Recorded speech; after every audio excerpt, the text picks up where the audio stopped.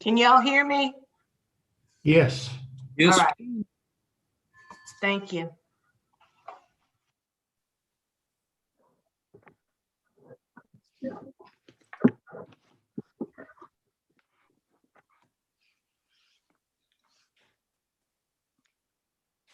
Andrew, I'm curious why I can't see myself.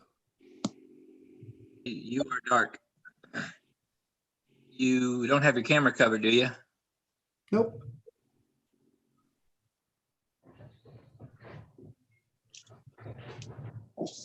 Me too.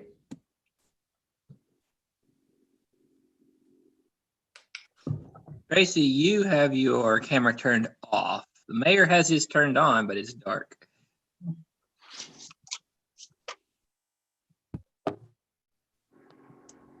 Yes, mine works. I just had it off. Sorry, I was talking to Mine is Tracy. on now. Right. Oh, I thought you said Stacy. I'm not Sorry. on. Hmm.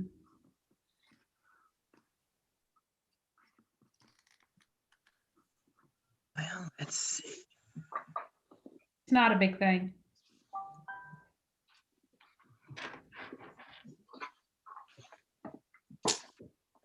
Is there any value to me signing out and trying to log back in? Yeah, that's what I would try. Before you do that, look down at your bottom left of your screen where it says start video.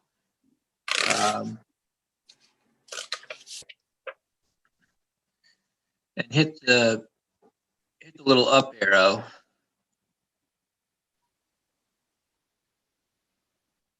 Yeah, it says Microsoft Camera Front. It's got a checkbox by it. Yes.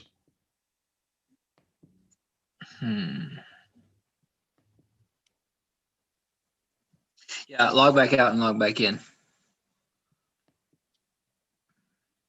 Okay. Sorry, guys. I'll be right back with you.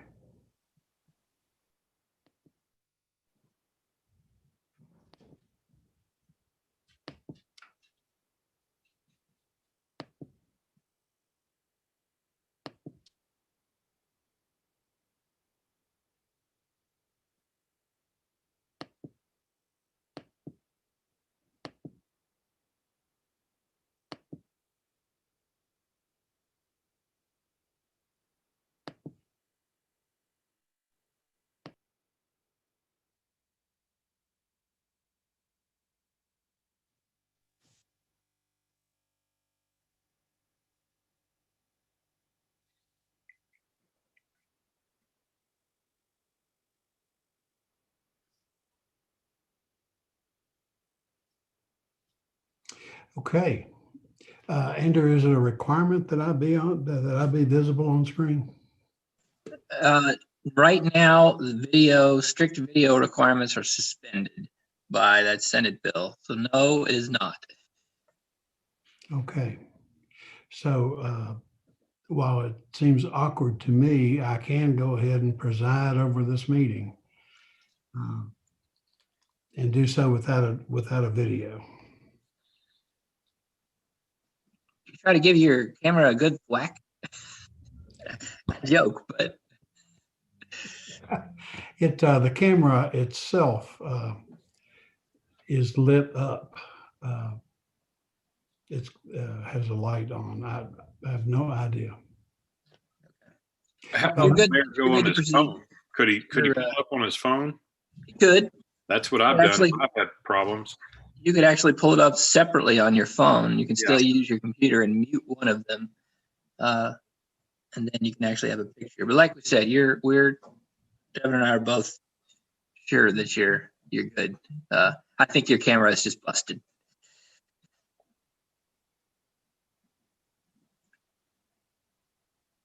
We can pause for a minute or two if you wanted to do that.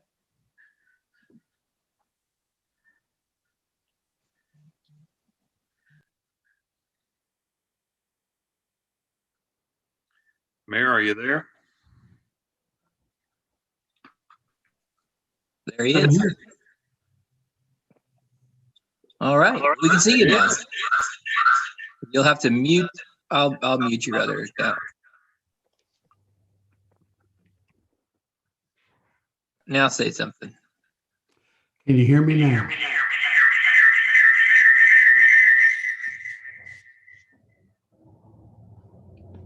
Can you hear me now? We can hear you. We're trying to figure out why you have an echo. Hold on, we'll figure it out.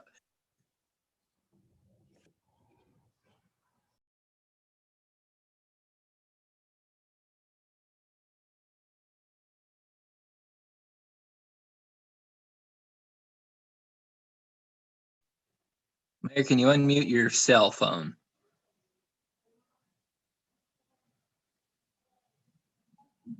Still muted.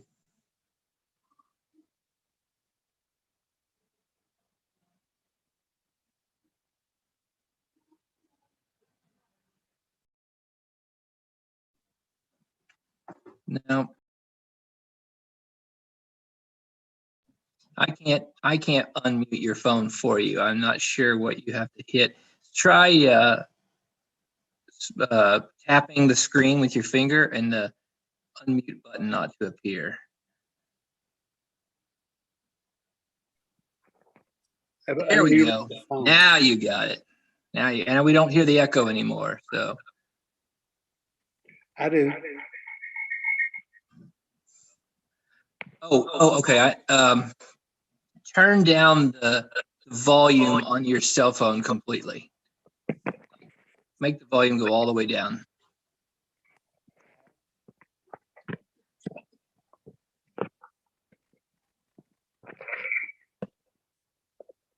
Still hearing that echo? Yes.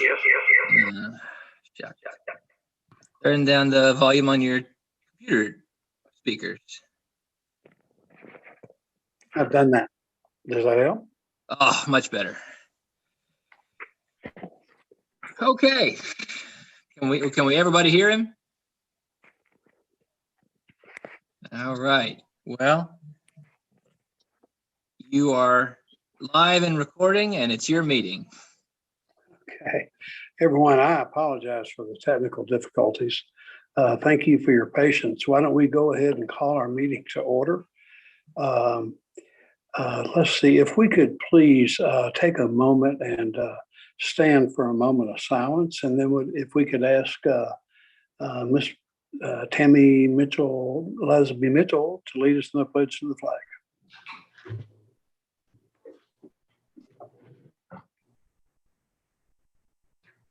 Pledge.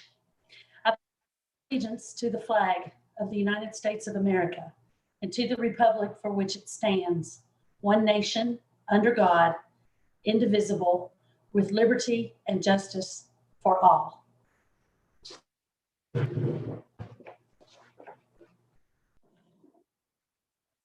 Thank you, Tammy.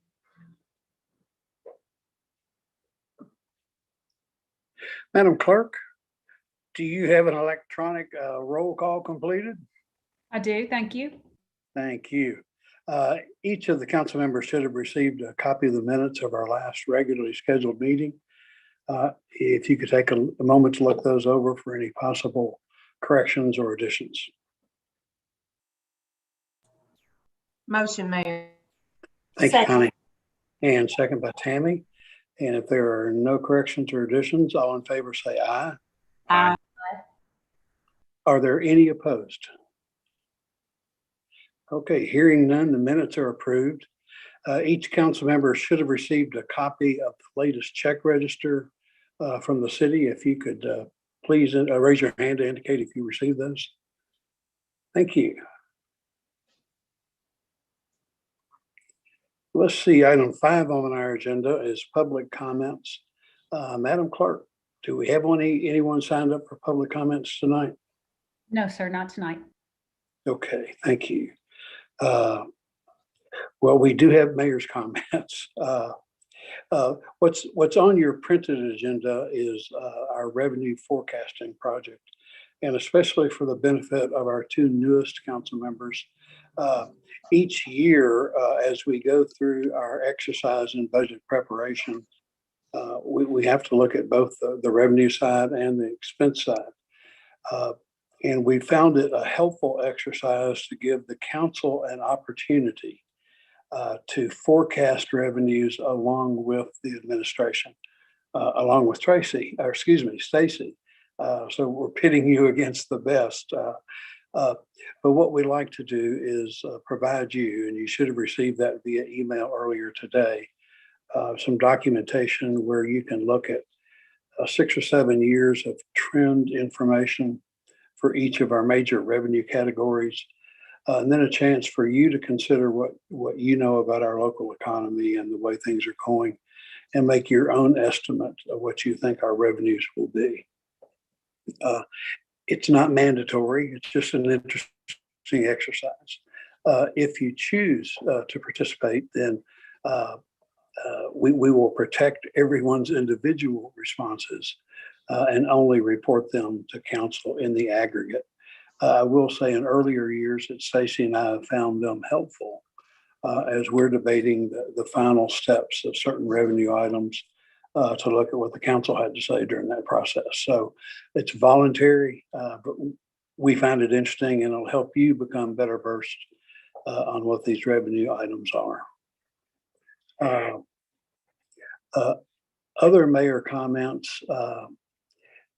Obviously, I'd like to start with the weather emergency that we've just completed and the amazing job that your staff did, led by Public Works, but the fact that all of our departments did such a really strong job during the back-to-back weather emergencies.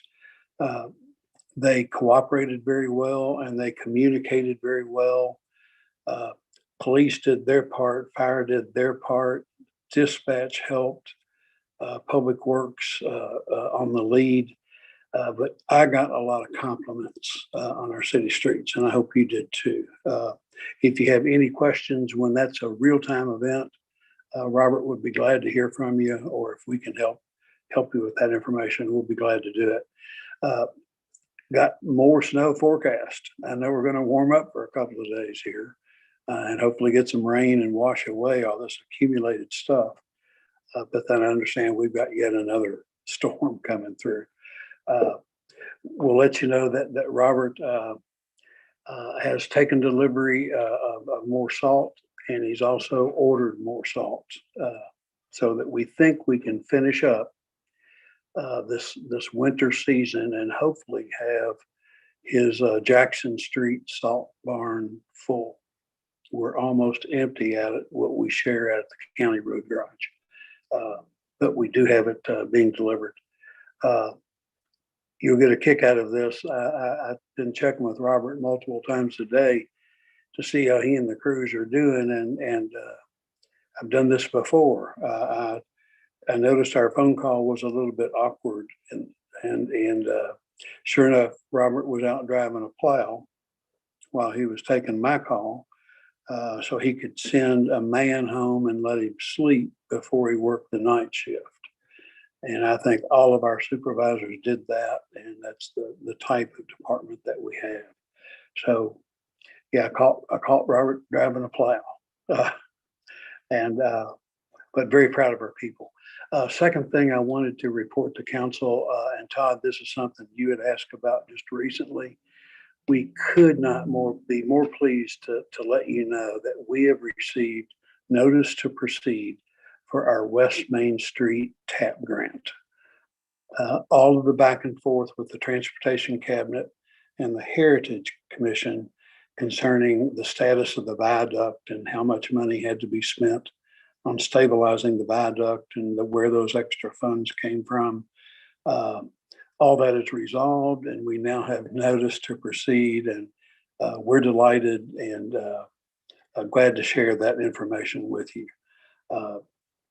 You'll begin to see some progress on that after several years of trying to get it ready to go. Another thing I wanted to share with the council, Chase is probably on with us, and he was very pleased when Andrew, you did have some of those images? Okay. There's just a couple of shots that we had from the engineering company that put our TAP grant together for us. So that gives you an idea of what the intersection of Water Street and West Main Street and going across the viaduct up toward the top of the hill should be vastly improved. In particular, the roadway over the viaduct will be substantially narrowed, which is a traffic calming intention, with nice wide street radiuses so the public feels safe, doesn't have as great a distance to cross, and we think it'll be a real benefit to our streetscape. If there's enough money, as we do the construction, there's an alternate bid that also might let us look at replacing the deck that is on that one corner of Royal Spring Park in the viaduct. That deck was originally constructed during my first term as mayor, and that's been a while for a wooden deck.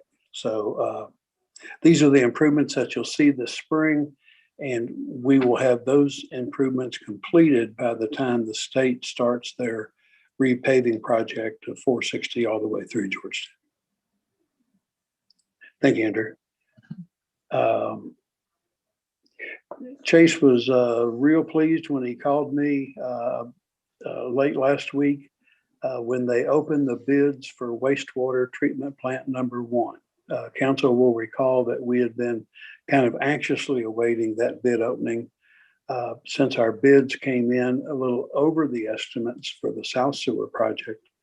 We were in the wastewater plant 1 expansion project is the larger of the 2 projects. We really needed it to come in at our budgeted amount, and it did. I'm pleased to let the council and the public know that Judy Construction, which is a very experienced contractor that Chase knows can do this job well, was the low bidder.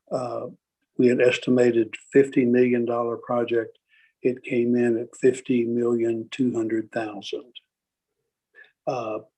We also had in the bid, Chase is exploring with his board, there was a deduct option of $500,000, and they're evaluating that. So they may be able to bring the council a bid approval for actually less than what was anticipated for probably the largest project that we've undertaken. Gosh, in the city's name, it may be the largest project we've ever undertaken. The next step here will be that GMWSS Board of Commissioners and Chase will evaluate the bids, make sure that they're ready to recommend that bid.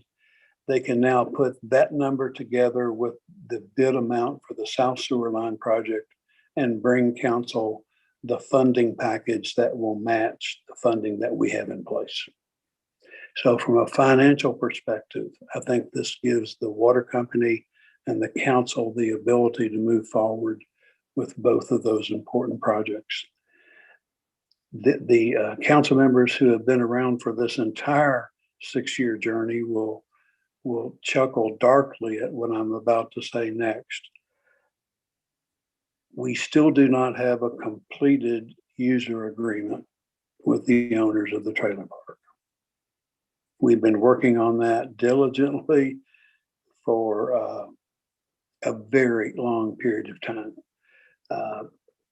Devin and Andrew had conference calls with their attorneys last week and attempting to bring that issue to a close. Having that user agreement completed, along with an action that you'll be asked to take later on condemning a piece of property, a right-of-way that we need, we may be ready to bring you a bid amount for council consideration and approval at your first meeting in March. So big news, and Chase has got a bunch on his plate to work on that.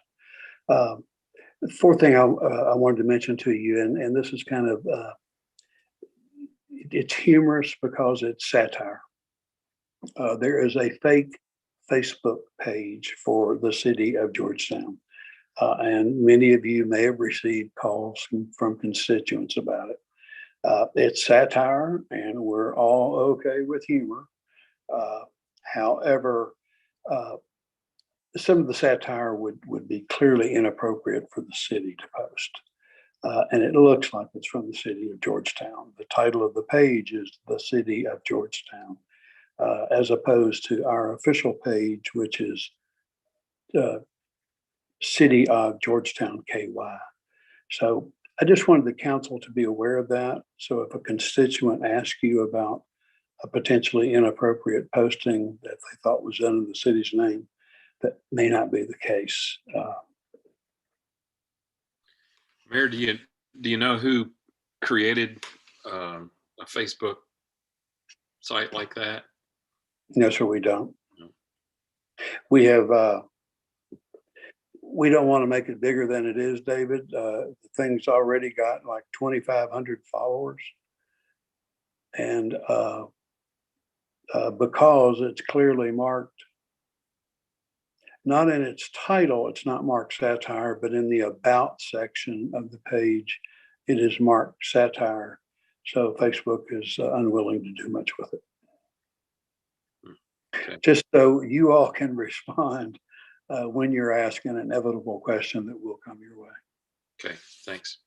You're welcome. Also, because of the snow, I'm pleased to tell you that Love Your Georgetown has been extended to the 27th of this month. So if you or any of your neighbors are working on your passport for Laurie Saunders, you'll still have a chance to get that done. And also, Devin has been working with the Bluegrass Area Development District to get us more information about a community development block grant specifically to help our citizens with past due utility bills. Devin and the grant writers are working with Chase to really drill down on data we can get from GMWSS, because there are some other programs that relate to the other utilities, and folks could really use the help with past due bills from GMWSS, although the program could help them with other utilities too. The remarkable thing is that potentially these grants could be up to $200,000 for the city of Georgetown. And Scott County is eligible to apply for another $200,000 to help folks with past due utility bills. So we know that community development block grants take a lot of work, but this may be a time when it's really beneficial and we can help some citizens in that regard. Any questions on those mayor comments?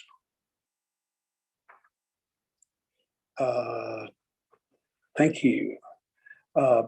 Chase, now that we've talked about you a little bit, we can bring you on for some purchase orders. Thank you, sir. 3 purchase orders for council consideration tonight. The first is GRW Engineers in the amount of $15,007.50. And this is for continued work on their scope for the wastewater treatment plant #1 upgrade and expansion.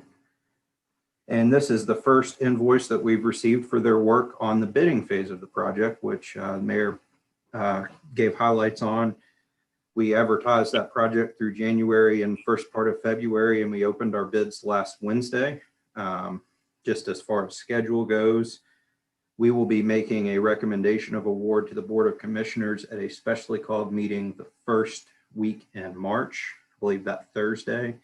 And then if that recommendation is approved, we intend to bring the construction contract recommendation of award to council at your first meeting in March. So very exciting. And again, this is the purchase order, all that said, for GRW for that services during bidding. Second purchase order is to Evoqua for $210,622.50. And That is for our resin exchange. It's a budgeted item for wastewater treatment plant number 2. It happens multiple times a year. And our third purchase order is to Lane Christensen, and this is in the amount of $13,180. This is for service at a high service pump at the water treatment plant. Again, this is a budgeted maintenance operation in our current fiscal year budget. So I'd be happy to answer any questions you have about those purchase orders. Mayor, I make a motion for those 3 purchase orders. Thank you. Motion's been made for A, B, and C. Is there a second? Second.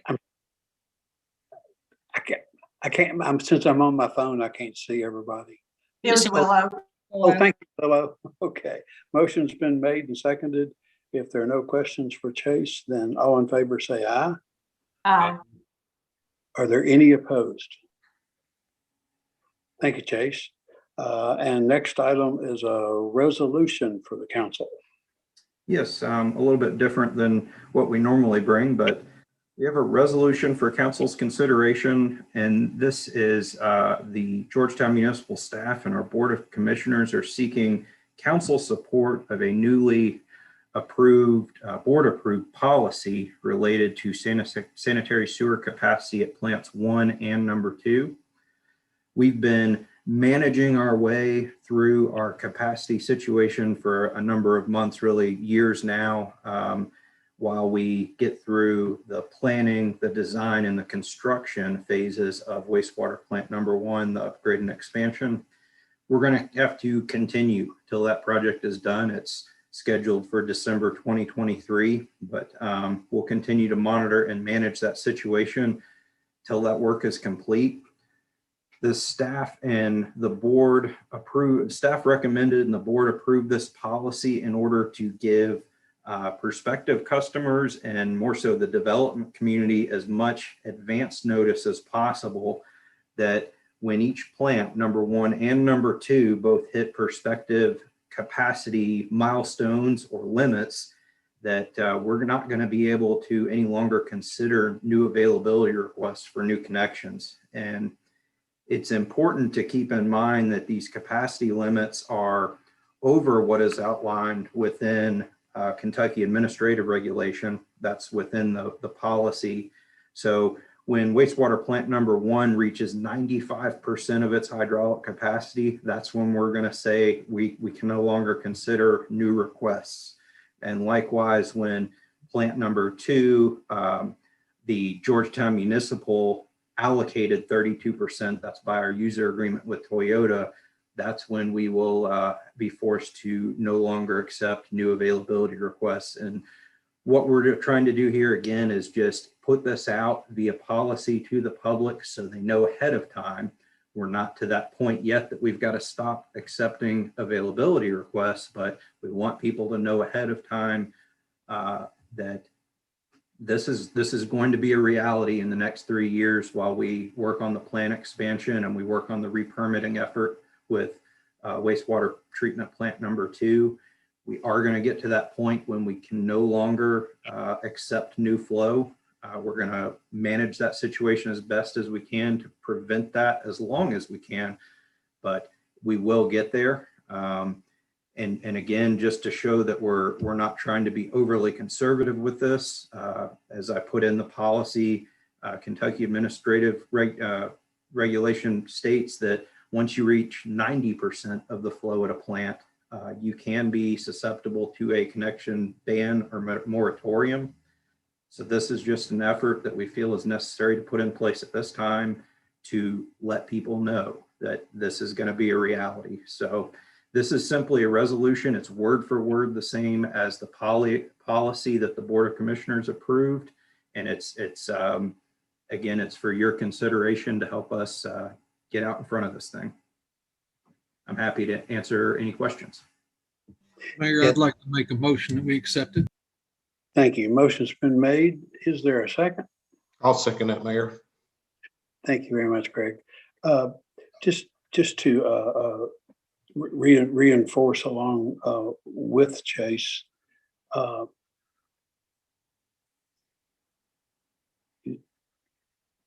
it is important that we let all of our customers know that managing this situation from now through December of 2023 is going to be really difficult. And we are going to run out of capacity at wastewater plant number 1 before we get to December of 23. So I think Chase and his Board of Commissioners are trying to be very forthright about that and let folks kind of plan for that. I do want to offer some assurance, though, that while Chase has indicated that this policy will apply to wastewater plant number 2, I think our situation at wastewater plant number 2 is significantly different than wastewater plant number 1. And I don't think we face nearly as dire consequences there. We have a plan there that will be operational much quicker than wastewater plant 1. But with that said, any other questions for Chase?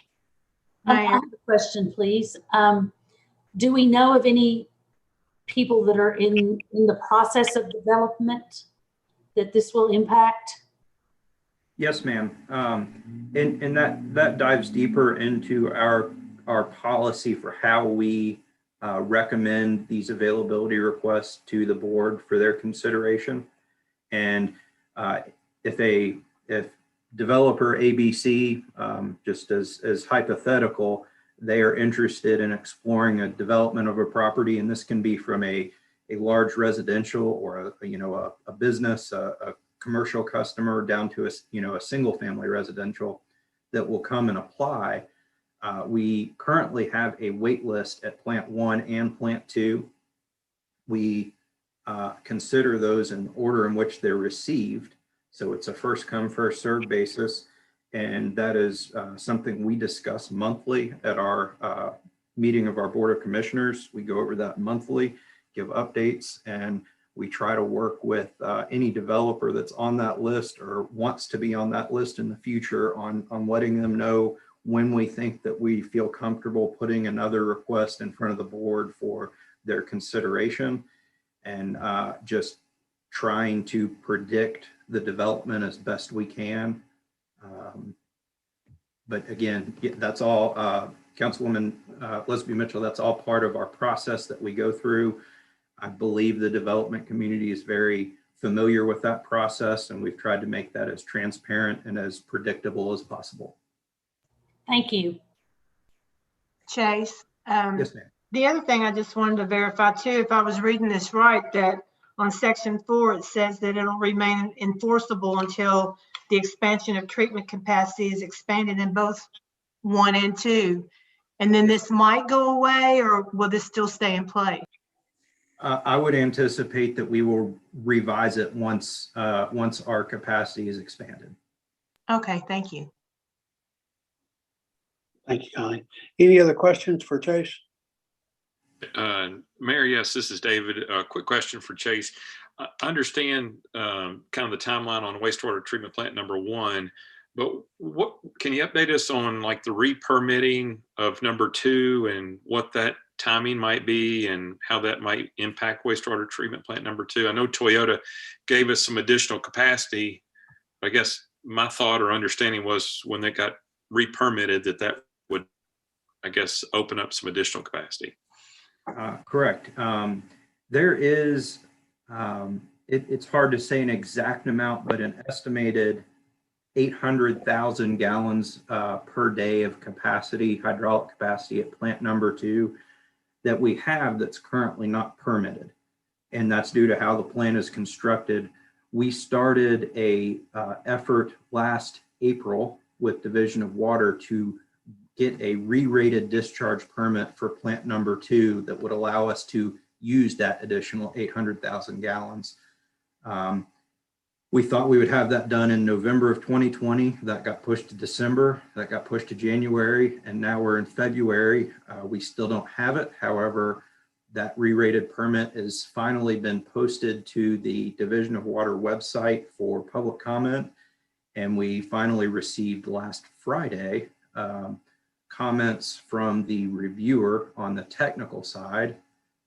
Again, this is after a process we started last April, but we already responded to those comments.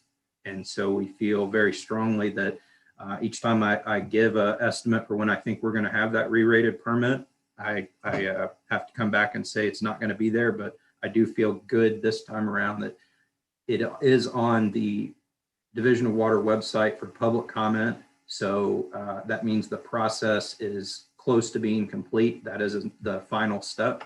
So I'm hopeful that by end of this month, early next month, we will have that. Then we can work with Toyota on how that additional 800,000 gallons of capacity will be allocated.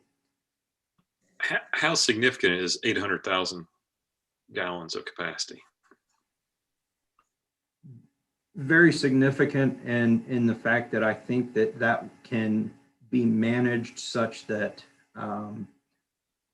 we know that at some point in the future we will have to take on an expansion of plant number 2, but that 800,000 gallons extra, if we can manage that between now and the time plant 1 is expanded, we have the ability to divert flow from plant 2 to plant 1. Unfortunately, we can't do it in reverse, but at the point that if that 800,000 gallons can be managed to a time when plant 1 is complete, we can divert flow again from plant 2 to plant 1 in a manner that gives us a lot of time into the future to decide how and when we will want to expand plant 2. Okay, great. I take this as very positive news. Thanks. Very positive news, and I just hope I hope I don't give any more false projections of when it'll be approved. It's all right. Thank you. David, but what your question highlights exactly what the intentions are and the strategy is for wastewater plant number 2. And we believe once we get that re-rated permit, that at least for the near to short term, we can handle everything at wastewater 2. Divert some flow back to 1 when we can do so. And then at some point, a physical expansion of wastewater 2 will have to be considered. Our real bottleneck right now is wastewater plant number 1. I did ask Andrew today about, I think it would be helpful for us as we manage this issue, or actually we don't manage this issue. Let me be clear. GMWSS Board of Commissioners and Chase manage this issue on our behalf. But it may help the council just to see a map that indicates which areas of town are served by which sewer plant. That might be interesting for people to see. And also to emphasize that our action tonight is simply a resolution expressing support for the policy that is developed by GMWSS, who are the folks that we ask to do this work for us. Thank you. Mayor, I have those maps available to share on my screen, or I can email those out to council, whatever you prefer.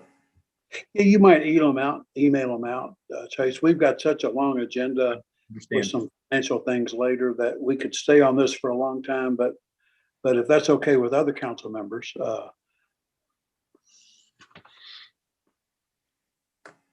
David, Sounds good, Mayor.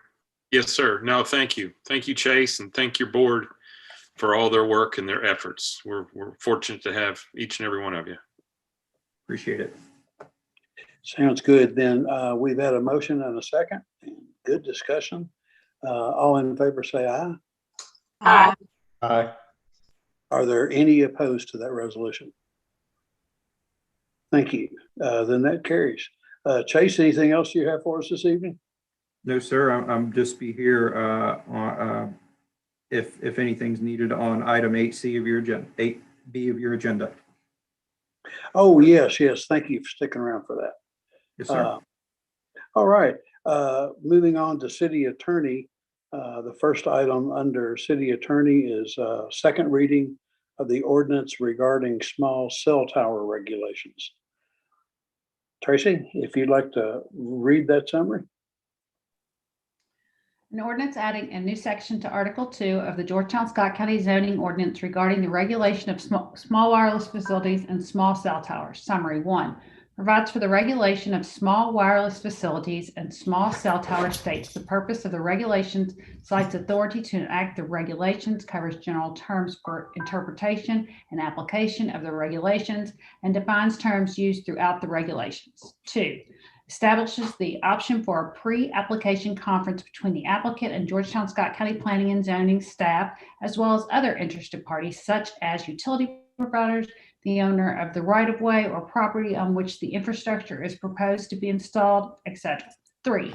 Provides that prior to application submittal, an applicant must obtain a franchise with the city of Georgetown unless applicant already possesses a franchise from the city of the Commonwealth of Kentucky.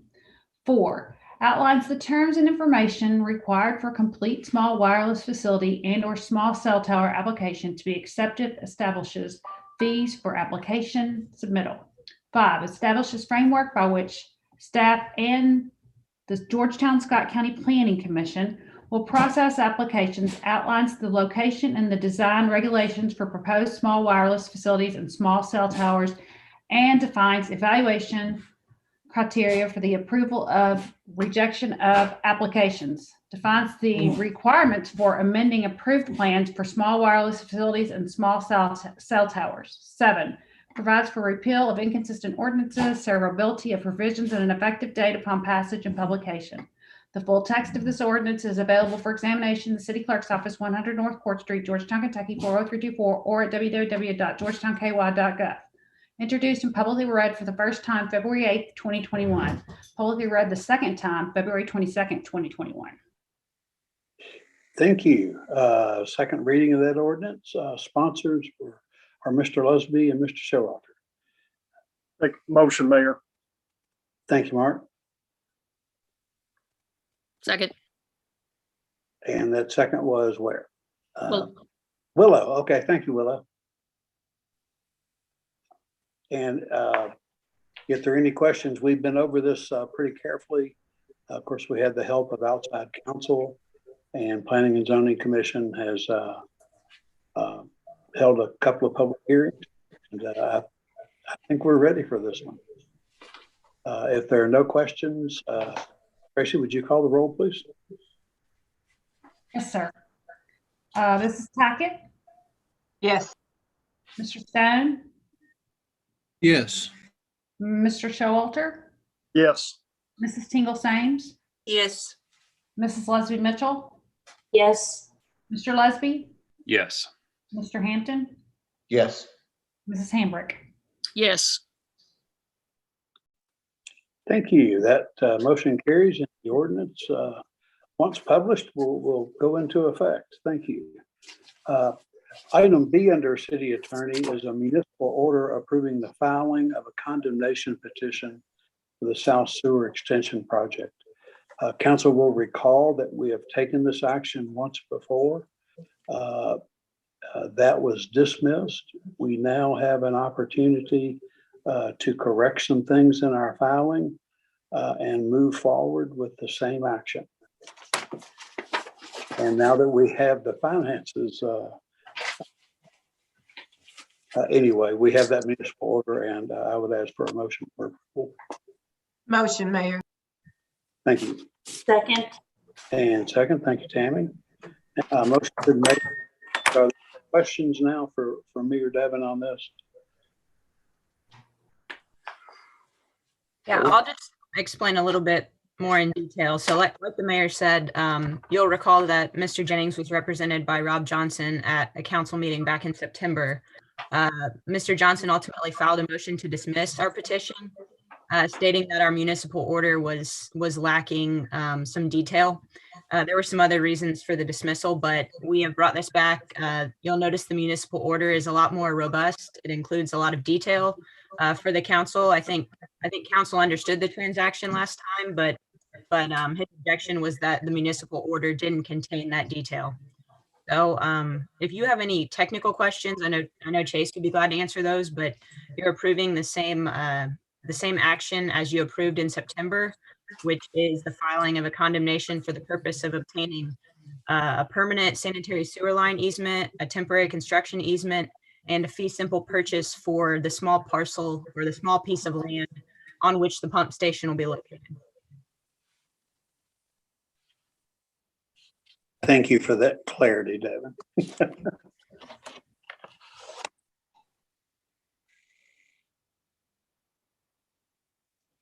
Okay. So we've got a motion and a second. Are there any questions for Devin? If not, all in favor say aye. Aye. Are there any opposed? Opposed. Okay, thank you, Karen. Then that passes 7-1. Item C on your agenda. Oh, the resolution approving the amendment to the TAP program agreement. And this is where we're actually accepting the additional money to make repairs on the viaduct. This does carry with it, the additional funding carries with it an additional obligation for the city. I think total, and Devin, you can help me with these exact numbers. The total additional funding is, I believe, $150,000. And to receive that funding of that amount, city will, no, to receive that amount, the city will have to put up $40,000. Well, I don't know if Tracy was able to circulate the actual amendment document, which I accidentally omitted from the packet. I apologize. To get the construction funds of $600,000 and change, our match amount of 20% was going to need to be increased a little bit. So they had to allocate additional construction funds for the viaduct issues. So our initial match obligation was 150,000-ish for the project, and now it's going to be bumped up closer to 190 something thousand. So you're correct, Mayor. The additional obligation will be about 40 to 50,000, but we're getting those additional federal funds to complete the project and secure the viaduct. So yes, sir, the additional obligation would be covered in a budget amendment. Thank you. Here, motion for approval of that resolution. I make a motion, Mayor. Thank you, Todd. Second. And a second from Connie. And if there are no questions, all in favor say aye. Aye. Aye. Are there any opposed? Thank you. Then that resolution passes. Under 9 on your agenda, Human Resources, we have a municipal order approving Target Solutions online training. City employees have used this Target Solutions online training for some time now, to where they can take certain modules that they're required to take, that we require them to take, but they're able to take those at their own time and at their own pace. They're quizzed as they go through that training program. And is that Megan on here? I'm here, Mayor. Good. Thank you for bailing me out here on this particular training session. Megan, anything that you'd like to add additionally to that? It's training that you're having a good experience with now. We are. It's really saved us during the pandemic, being able to push out online training so that we did not have to gather employees anywhere for their required training. It allows us lots of freedom. It allows the fire department lots of trainings that they didn't have before, and we were always having to go outside of the city to get the training for. So I think it's been a real lifesaver. And at this point, we've been using it, and it's holding a lot of historical data that's really good for us if we were to come up with an audit and we needed to present training records. Sounds good. Is there a motion for approval of the online training? Motion. Thank you. I second it. And a second from Todd. And if there are no questions for Megan, all in favor say aye. Aye. Are there any opposed? While we're on this topic, just to mention to the council, we continue, Judge Covington and I continue to do the weekly work with the NAACP coalition. And that coalition is working with both the police department and the sheriff's department to evaluate training and make sure we're doing things in appropriate ways there. I just want to remind the council that there has been clear expectation stated by that group that they hope that the city council and the fiscal court will be receptive to some form of diversity training. Educators talk a lot about implicit and explicit bias training. We've been doing some research and trying to look at what other cities use, what Kentucky League of Cities might recommend. But this is different than employee training. Megan's used to providing employee training. We're now trying to find something that would be appropriate for the city council. And of course, that would be voluntary as you're each elected officials and can make that decision. But we're working on being able to provide that training opportunity to the council as well. Any questions on that? Megan, thanks for dialing in for us. Thanks for having me. I see you had to be on your phone like I am tonight. Yes, had to take a child to practice. Ah, good for you. Okay.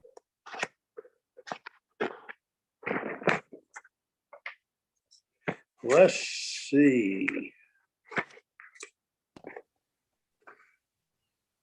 Item 10 on our agenda, Ms. Stacy Clark. We've got a very substantial report for the council and the public under finance director. And we've been at this for just a little while. Is there any interest from the council of taking a 5-minute break before we begin these fairly lengthy financial presentations, or would you all just like to mow ahead with them? I'm good, Mayor. I'm good. I'm good. Okay, then y'all are troopers. Good, thank you. We do have a bunch of information for you tonight, and I'm gonna Andy, are you still on our call? Yes, sir. Good. So I need to, my phone is running out of battery. So I'm going to need to go get a charger and in fact, Stacy, if I could turn things over to you for just a moment to explain the additional CARES Act funding, and I'll do my best to be back with you in just a moment to handle that from the chair's perspective. I apologize. Okay. As the mayor mentioned, I believe we mentioned it during a finance or during a council meeting, but we had received CARES Act funding of $2.4 million, which you all had accepted via resolution.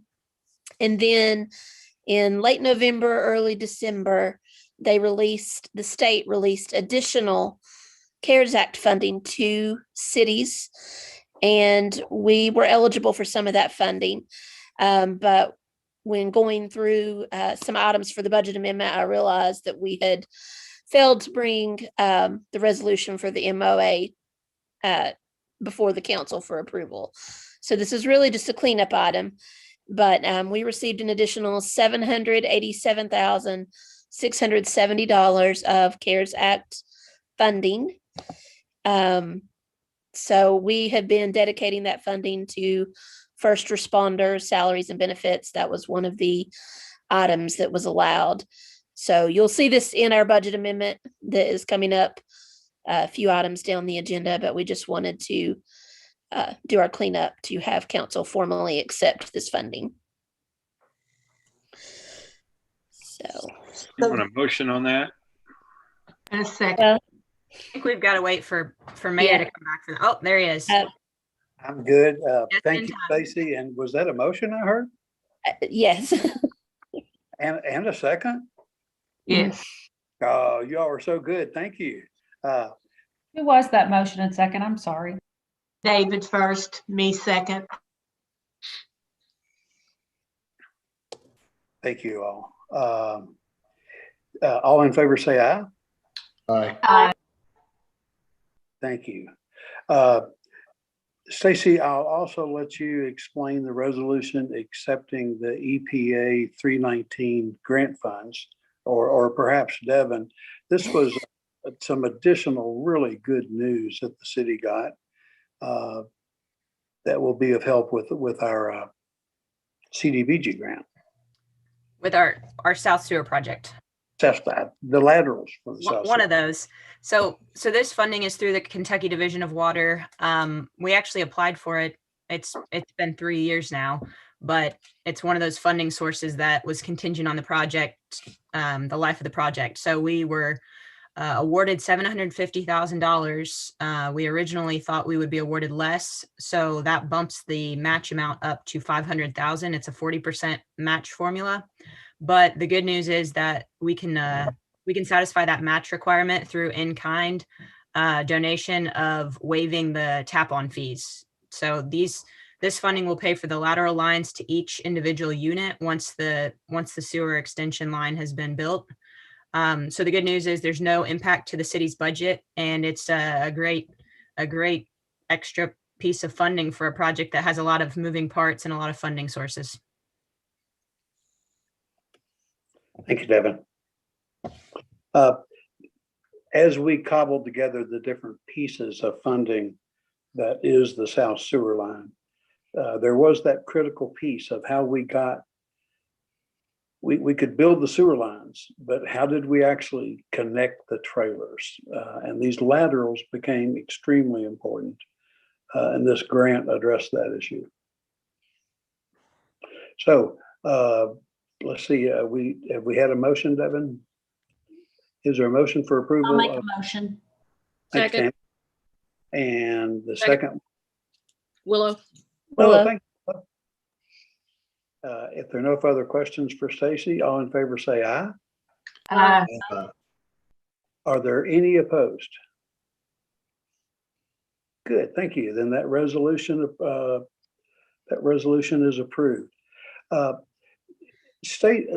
We're now going to hit the next handful of items on our agenda are going to very closely follow the work we did at the Finance Committee meeting this past Friday.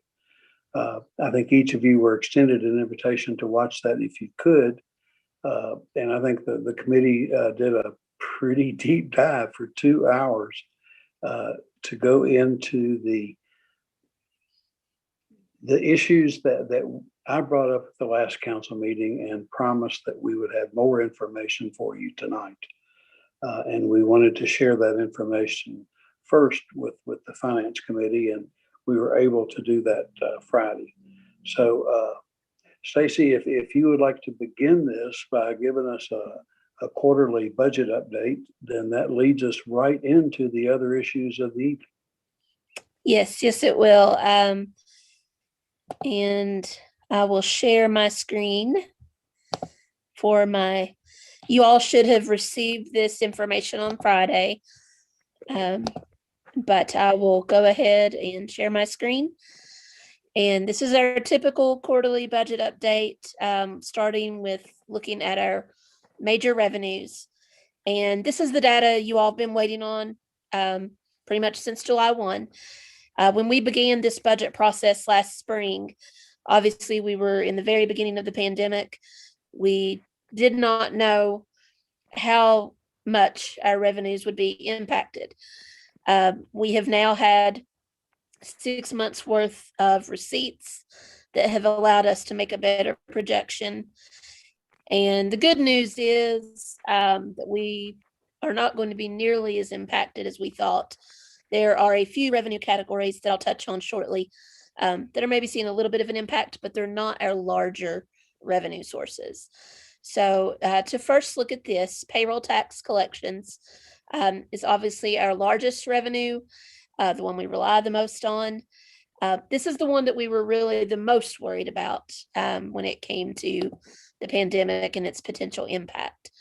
However, as you will see, for the first 6 months of the year, July to December 2020 compared to July to December 2019, we are actually ahead of last year by about 800,000. Obviously, we'll wait and see how things play out the rest of the year, but we have collected for July to December payroll 6.9 million. We had initially budgeted 10.1 million. Again, being unsure of the impact. You will see once we get to the budget amendment that I have recommended a $2.4 million increase to the payroll tax budget. That will bring us to 12.5 million, which is still I feel a fairly conservative number. But it's a large jump in our budget, and you'll see that in the budget amendment. And we potentially could have gone higher, but again, like I said, it's a conservative number. And as you'll see down here below on lines 31 to 36, this is our newly adjusted Toyota incentive of 120,000 a month. So if we had received that additional money, that's 720,000 that we've paid in incentive for the first half of the year. Are there any questions about payroll taxes? Since this is our largest revenue source, I want to give you the chance, if you have any questions, to ask them.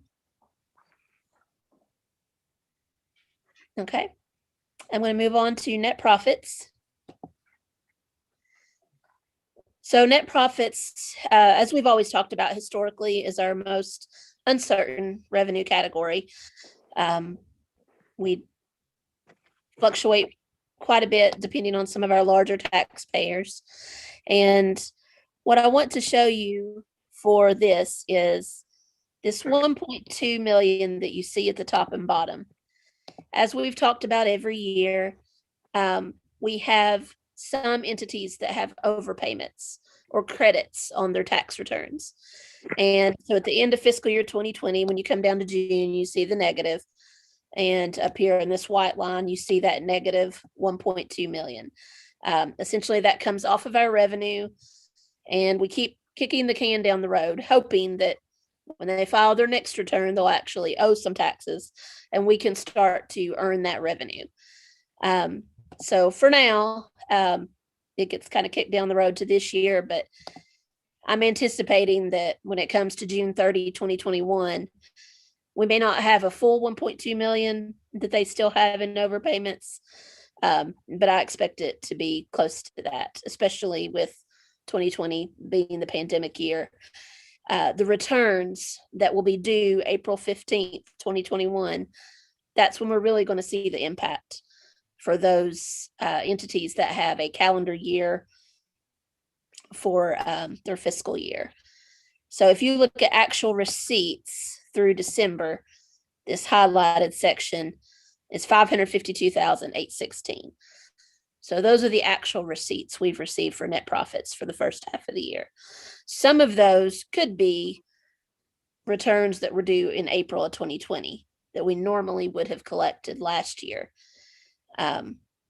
because we are a little high on penalty and interest on net profits payments. So some of those have probably been filed late with a little penalties and interest, but we budgeted $1,050,000 for net profits. We typically budget 1.3 to 1.5 million for this account.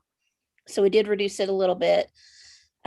Obviously, April and May are typically our highest months. We will see how that goes this year. I certainly didn't have any confidence to increase the budget in this account, but for right now, I'm not decreasing it either. So this one, we're going to continue to see how it plays out within the next couple of months. Any questions about net profits? Stacy, it's Tam. Yes. And I have a question. And it may just be that I don't know what I'm looking at, but it looks like December 350,000. Is that an anomaly? It's that high. No, it was that high. And if you'll notice in previous years, like last year, September was higher than it is. October was higher than it is. And also, if you drop down to looking at April, May of 2020 compared to 19, in 2019, we collected 675. And in 2020 for April and May, we only collected 456. So I think number one, I think a lot of people got extensions on their net profit returns. So an April 15th return wouldn't have been due until October 15th. And then the Revenue Commission is by the time they collect it and we get it and put it in the bank, sometimes there can be a 4 to 6 week delay. So it is possible that, this went into our bank at the beginning of December, but it's money that the Revenue Commission could have collected from the end of October into November. So I expect a lot of those extended tax returns from last year actually got collected then. So it's an anomaly for what we've seen in the past, yes, but I think there is an explanation there. Thank you. You're welcome. Okay, I'm going to move on to insurance premium taxes. This revenue with our 5% insurance premium tax, if you look at last year, we collected about 3.3 million. And for the first 2 quarters of this year, we're at 1,696,000. So here on line 23, you'll see we're about 75,000 ahead of where we were last year. Again, this is one that we weren't quite sure how the pandemic would affect. We had heard anecdotally of some insurance carriers giving refunds, for example, for car insurance, because they knew people weren't using their vehicles as much in the early pandemic. And I'm recommending to increase this particular revenue account by 592,000 in the budget amendment, which will bring that budget up to 3.4 million, which is pretty consistent with last year, and we're on track with last year. So we're not seeing much of an impact in the insurance premium tax receipts compared to last year. So you'll see that shortly in the budget amendment. If there are no questions on that one, I'll go on to property taxes. Yeah, Stacy, it's Mark. Yes. Or you going back to your budget amendment, you're planning on raising this, was it about $600,000? Yes. Okay. So we budgeted 2.8. Recommending increasing it by 592,000 to 3,400,000. That will be the final budget for this year for this account. We had reduced it again because we didn't know the impact, but this particular revenue source appears to be pretty stable. So okay, we're going to put it back to what we've had it at in the past. And Mark, we'll go into more detail in a later point in the meeting, but while we're focused here on insurance premium tax collections, as Stacy's indicated, we think we'll end this year with about $3.4 million in insurance premium tax revenue. The proposal that we will discuss later and have first reading on would increase that to $5.4 million of revenue from insurance premium tax. So you'd ask how much additional does the tax raise?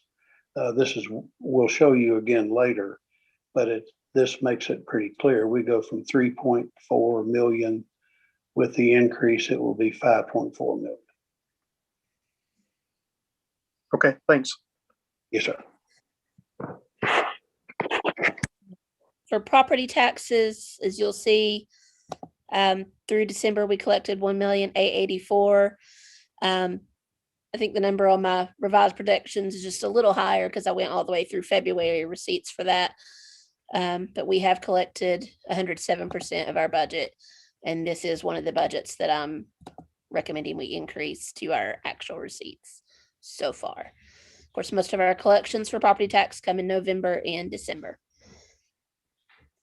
And lastly, alcoholic beverage regulatory fees. True to my source in the alcohol industry, alcohol sales are still strong. So we collected a little bit more in each of the first 2 quarters than we did last year, but I have kept the budget about the same for now.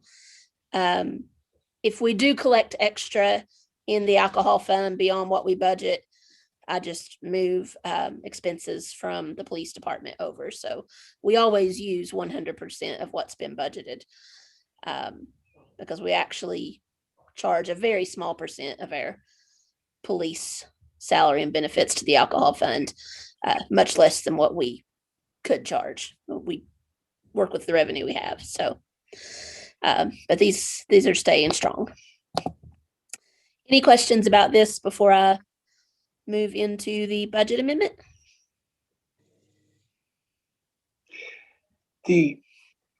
What we've been promising the council for several months, and what the finance committee has been trying to put together, but they've had to demonstrate a lot of patience in the way they've done it. They needed additional information. They needed 6 months worth of operating data so that we could have the confidence to restate some of these revenues. And we're pleased because now we get a much more accurate picture of where we are. We were really operating in a dense fog before with just the worst possible expectations. But now we have a much clearer picture, and that lets us give you more clear data and give you a clear bit of information to make decisions with. We were just unable to when we were working on such a huge factor of unknown, but we're really pleased that this amended budget begins to give us the clarity that allows us to move into the other issues that we need to. All right. Very quickly, I'm going to touch on, obviously, the biggest item that's going to be included in the budget amendment is the revenue increase. That's obviously our big item. I'm going to very quickly show you what's included in that number, since it is made up of various revenues. And then we'll look at the summary of everything else that's included in the budget amendment. So what you're seeing here is just my kind of my worksheet, my scratch sheet that I did for revised revenue projections. And the only difference between what we just looked at and what you're seeing here is column F, the year-to-date revenue on this one goes all the way through last week. So again, property taxes, increasing that budget to what we've actually received through early February. The same for bank deposit franchise, ABC licenses. Those are being adjusted for actual receipts. We just discussed the 2.4 million on the employee withholding. Penalty and interest for net profits. As I mentioned before, a lot of those returns were probably filed late, a little more in penalty and interest than in past years. So that's adjusted for actual receipts. We already talked about insurance license fees being adjusted 592,000. And then franchise fees for Bluegrass Energy is averaging about 3,000 higher than I think what we've budgeted based on their quarters. Police services, I'm actually reducing this revenue account by 29,000. The majority of the revenue in this account is from our SRO at the school district. We provide one SRO at no charge, but they do reimburse us for one. But school has not been in session, and so they're only charged for the days school is in session. So this is my best estimate at reducing that, since obviously they have not been in person much this year. These two accounts, code enforcement fines and abatement revenue, just combining. We had thought about separating them and trying to track it separately, but administratively, it's easier to just keep it all together.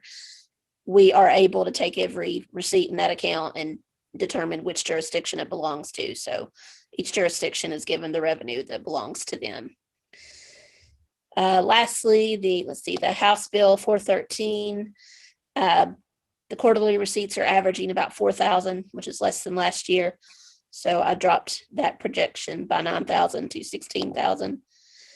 And lastly, this was just a cleanup on my part. When we moved building, electrical, and code into the building at 125 West Clinton, we share the building cost 50-50 with the county. And as you can see, we have billed them for some of those expenses, but apparently I failed to budget for that particular line item. So that's just a cleanup to show the county's half of those expenses. And so that comes to a total revenue increase in the general fund for fiscal year 2021 of $3.275 million. So I just wanted you to be able to see the thought process behind that larger number that's in the amendment. So I'm going to stop sharing that screen, pull up the actual amendment.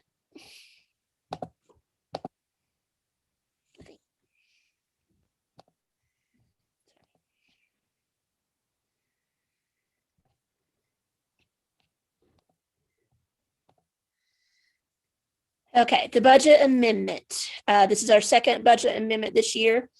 We did one in September. So when we did our second amendment in September, we were at 4.6 million of prior year revenues used. And what that means is for the fiscal year 2021 budget, our expenses were 4.6 million higher than our estimated revenues. Our estimated expenses are higher than revenues. The first section here under the general fund is previously approved transactions. Where I can, I try to put the municipal orders or resolution numbers for your reference. But so these are all things that council's approved, so I'm not going to touch too much on those. For the new requests for the general fund, again, we talked about the revenue adjustment. Lines 17 and 18, this is for the CARES Act funding. So for our original 2.4 million allocation of CARES Act funding, the vast majority of that was used for March to June salary and benefit expenses for fire and police. So most of that went back to last year.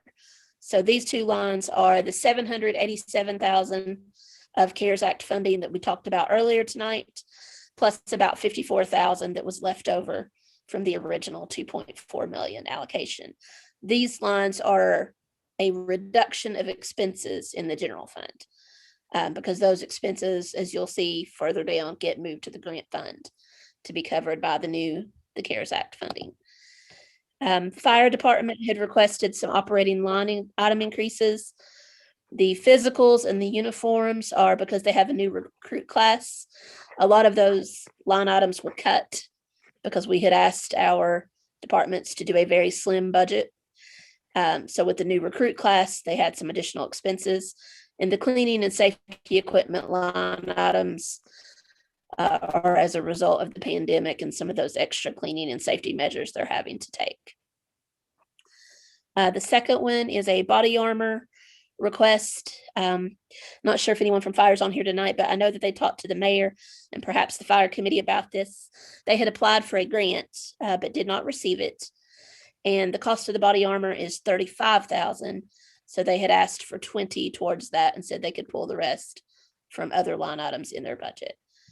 And lastly, they were asking for a new vehicle lease for the assistant chief of prevention. That vehicle is about 7 years old with a lot of miles.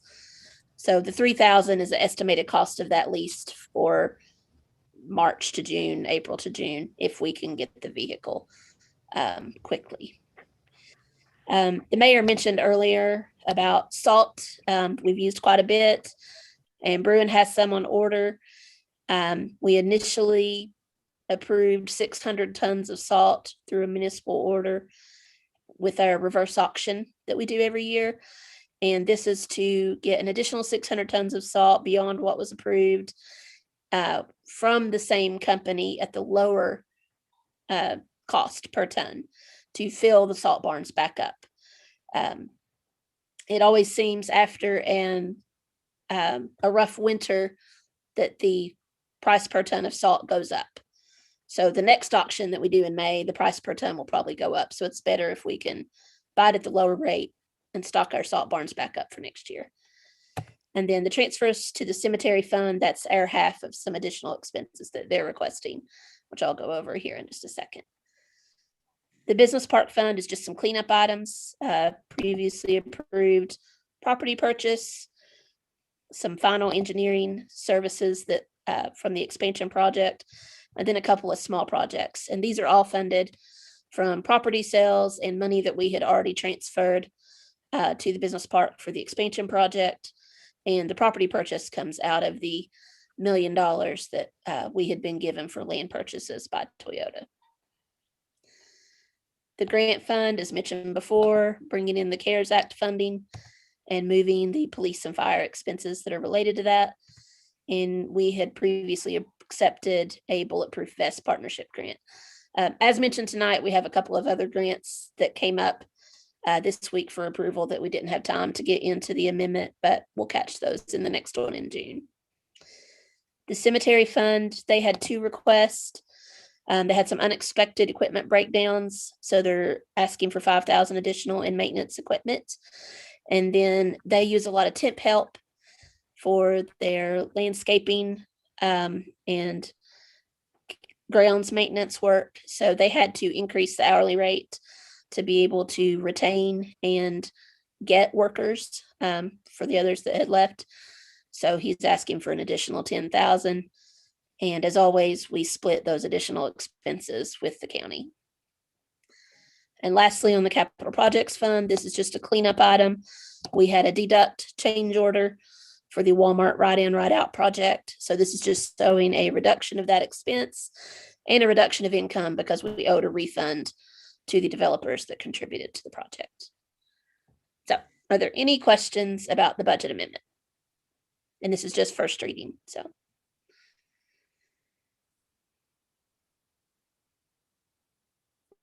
Okay. Primarily what the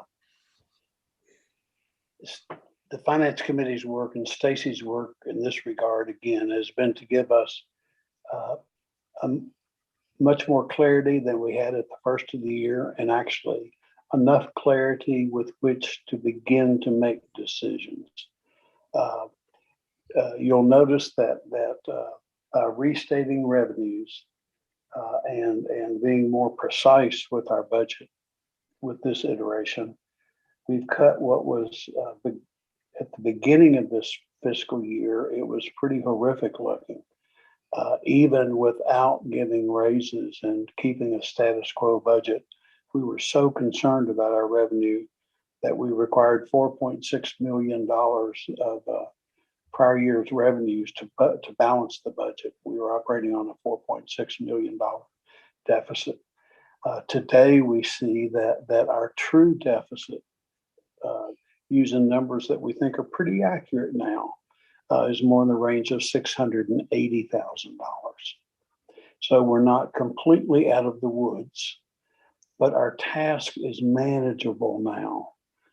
It's not so overwhelming as to defeat you from a budget point of view before you get started. So our task is now more manageable, and we think it's more precisely defined. So the value of this exercise, I just can't overstate in getting a better handle on where we stand today.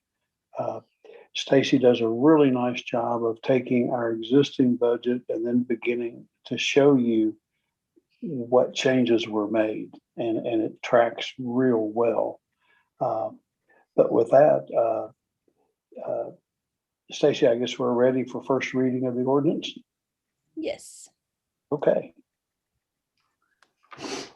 An ordinance amending the annual budget ordinance for fiscal year July 1, 2020 through June 30, 2021. Summary. General fund. Prior year revenues are decreased by $3,929,390.26. General revenues are increased by $3,524,680. General government expenses are increased by $14,940. Police expenses are decreased by $447,792.92. Fire expenses are decreased by $332,327.34.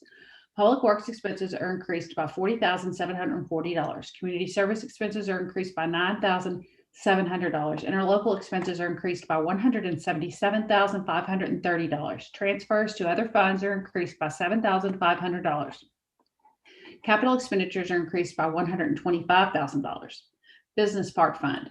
Prior year revenues are increased by $195,193. Business Park expenditures are increased by $195,193.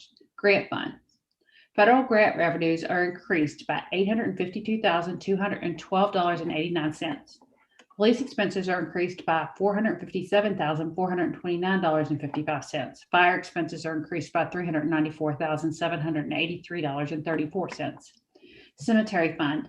Intergovernmental revenues are increased by $7,500. Transfers from other funds are increased by $7,500.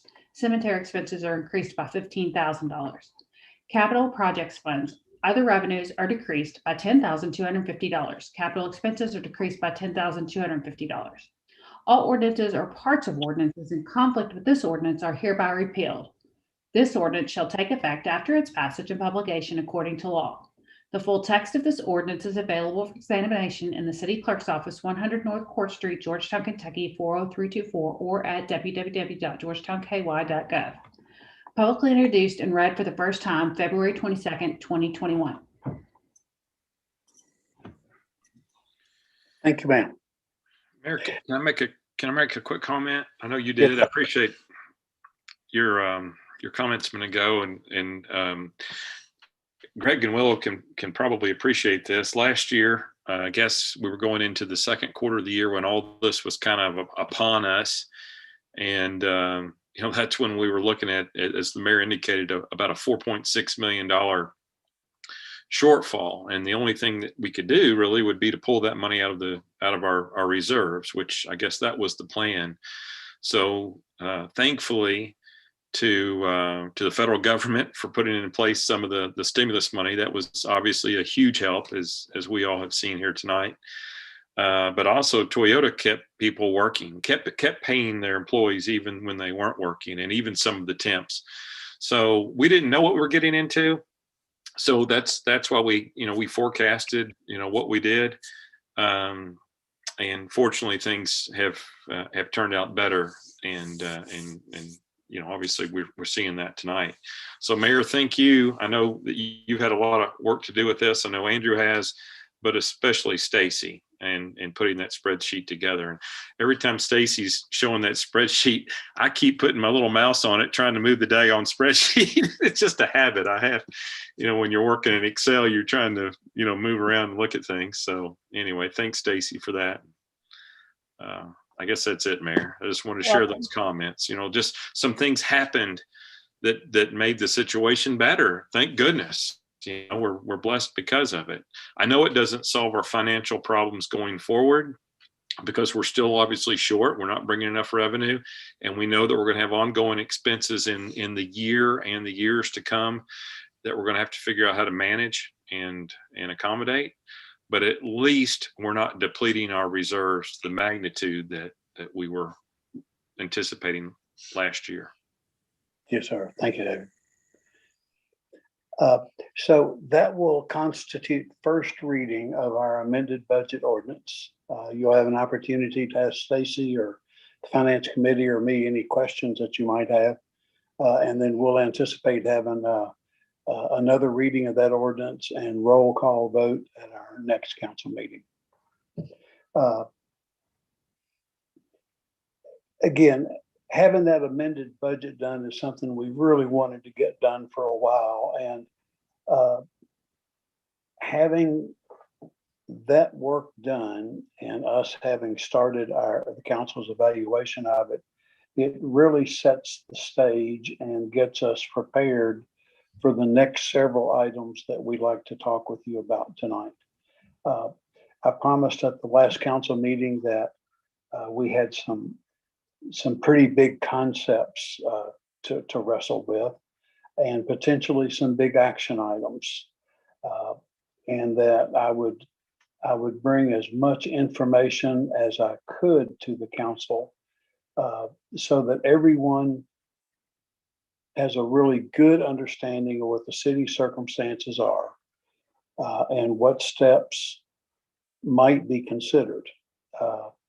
So if we could back up now to a year ago when we were looking at our financial analysis, and I think all the council members have seen that presentation. I know both Willow and Greg have reviewed it recently, and it provides a good foundation for us to begin with this evening. Where we were a year ago when COVID struck is we had gone through this financial analysis, had presented it to the council, and had presented it in a couple of different public forums.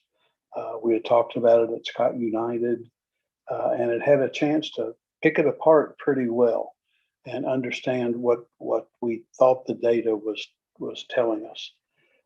And where we were a year ago is there had been a pretty broad acceptance of the analysis that we provided in the document called A Brighter Future. Its sources were accepted as credible, and the analysis was accepted as credible. And the council had moved on to the act of evaluating what the options were, how we could address some of the shortfalls that the analysis showed that we had. And the analysis was pretty brutal in that we learned that we spend less per capita on public safety than most of our peer cities. We spend less on police and fire per capita than most of our peer cities. And that Georgetown, in general, on a per capita basis, has significantly less revenues than our peer cities do. There was consensus emerging that there were steps needed to be taken. There was not consensus on what those steps should be. And that was still emerging. But I think there was a consensus that something needed to be done. And what I can tell you is that since we've freshened that presentation and we've freshened some of the data, that the needs still exist. I am so proud of the step that the council took late last year to be able to increase the $5,000 pay raise for our first responders and some others through the 911 fee. I shudder to think where we'd be today if that step hadn't been taken. But that provides us a good foundation. What I can tell you, and I've said to the Finance Committee, is the status quo of our financial operations is not sustainable. It simply is not sustainable over the long term. We are not keeping up with the pace of growth in Georgetown. And as a result, we're not keeping up with some of the essential services, the most fundamental promises that we make to our citizens about public safety. I believe that we're meeting the standard today through incredible leadership and really dedicated officers and firefighters. But I think the data shows that we have some real work to do. I don't think it's an overstatement to call this a crisis. I think our staffing levels within police and fire and the salary differentials that we still have create a crisis that we can address. But again, it takes data to do that. What we hope you'll see tonight and what we'll engage in over the next couple of weeks is an exercise in math, which is really straightforward. If we can determine what a minimal level of service for our community is, and then we can cost that out. We can give general expectations of what those costs will be. We can also look at what we can save through cost reductions. But there's going to be a gap. What we've done as we freshen this information is we set it to a PowerPoint that is narrated. It's not going to be me going over all your PowerPoint slides and perhaps droning on too long. But Andrew, and I think he's done it in a very concise fashion. This first video is a narrated PowerPoint presentation that lasts about 15 or 16 minutes. And what this presentation will do is build upon the data from A Brighter Future. It will update that data. It will give some brief comparisons that you've seen before. But importantly, I think most importantly is we show you 5 years projections of the coming 5 years and some fundamental changes that we think need to be addressed in that coming 5 years. We know that we have low headcount in police and fire, and those are documented both comparing ourselves to peer cities and looking at national organization statistics, FBI statistics, et cetera. It's not feasible or practical for either our police or fire department to try and hire 15 people in 1 year. We're not set up to do that well. But we do think that we need to start a process that begins to build our head count. So what we're going to show you is a 5-year plan where for each of the first 3 years in that plan, we add 5 firefighters, 5 police officers, and in the first 2 years of the plan, we add 2 public works employees. So the calculations you see are going to add that head count. 5 police officers for 3 consecutive years and then plateau for the last 2 years. The same for fire. And I know that we're giving you numbers that are static today. And in 3 or 4 years, when we get there, it'll require you to evaluate them again. But what we're doing our best to come up to what our peers are at today. We've also shown you data on what additional pension costs are already known. We know what the pension increases for the next few years will be. We have calculated those in on our current staffing. And then we've also added that pension cost for the additional staffing that we're recommending.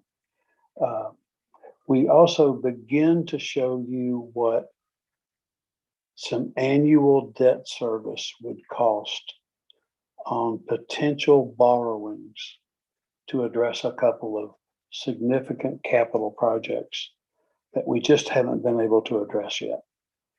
We know they need doing, but we don't have the money in our general fund. But we've calculated in some debt service to show you what these needs will be, and then what some of the funding operations, some of the funding options will be. So with that, why don't we?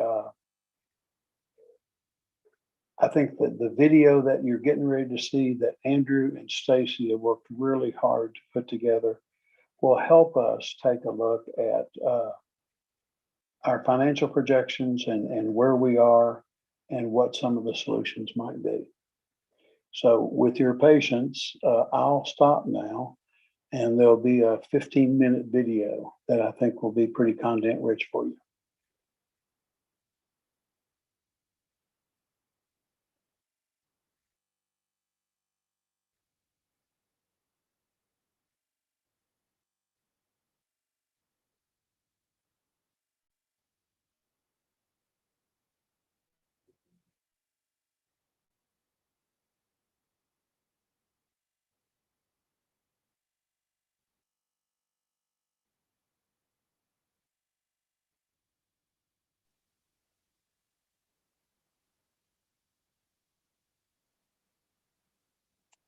Mayor, did you hear any sound just a moment ago? I did not. Okay, hold on. Maybe the headphones again. Unfortunately, it's not the headphones this time. Hold on. Okay.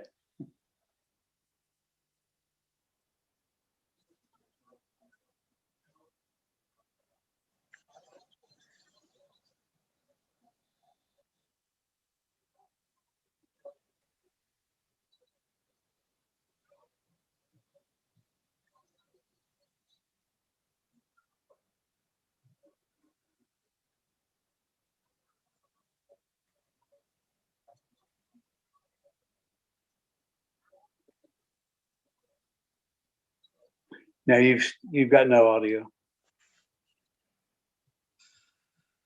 Uh,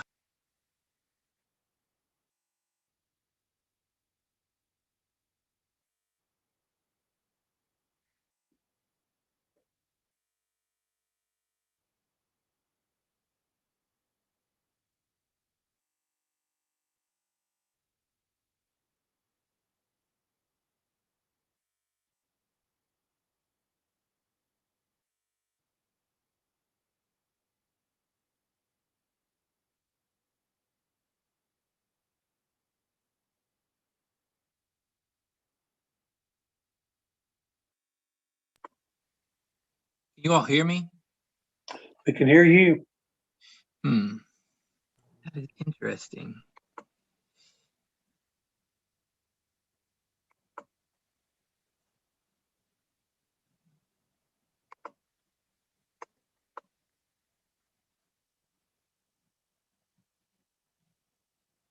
Let's try something. I apologize. We'll get this right.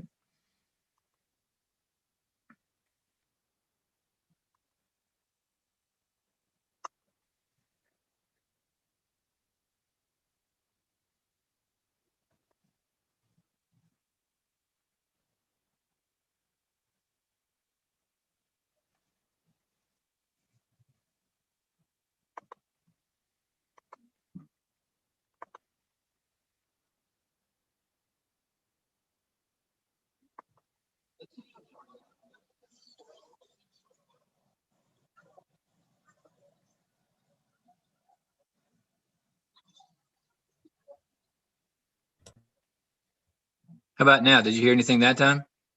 Nope. Hmm.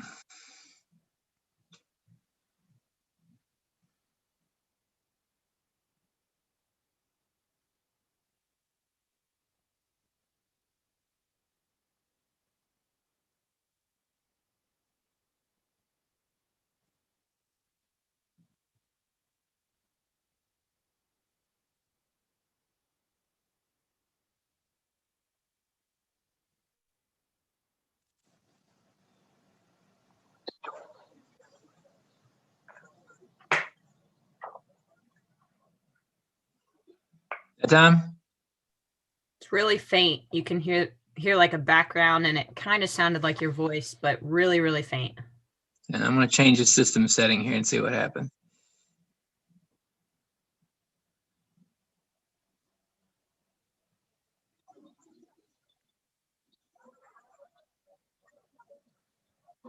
Still? No.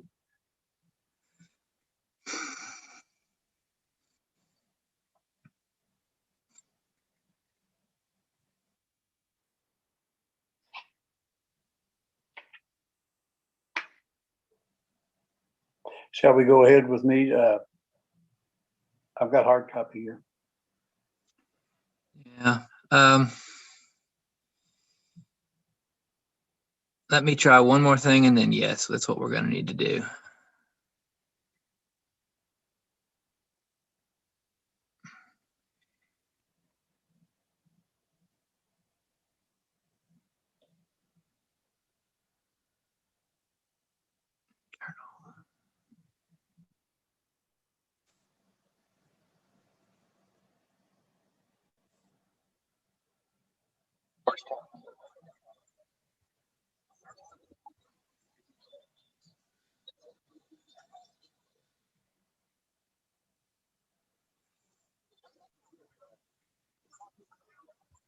Was that any better?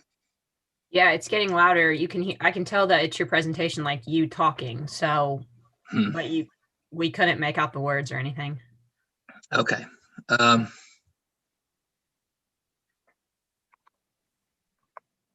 think this might be the problem right here.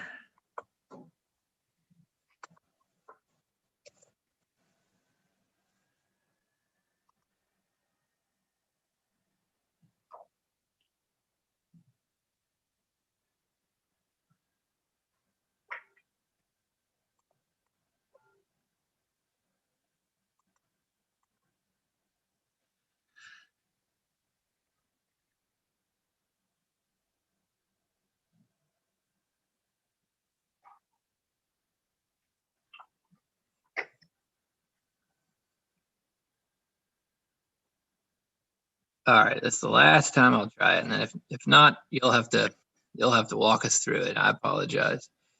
All right. Everything is set up exactly as it was before, so it's not clear to me what's going on.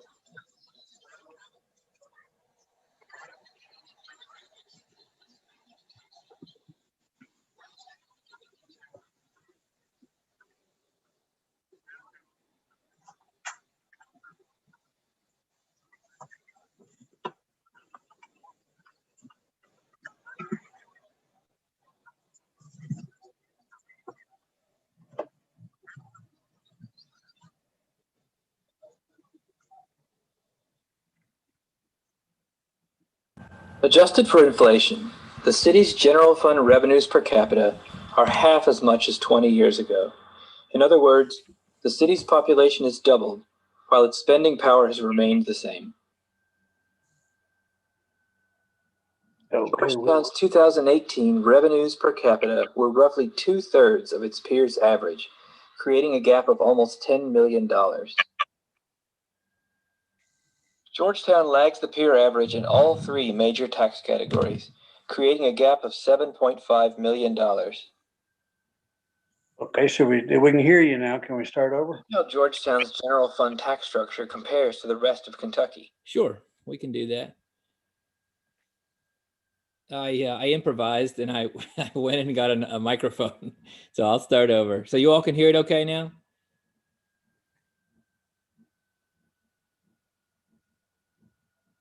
Still there?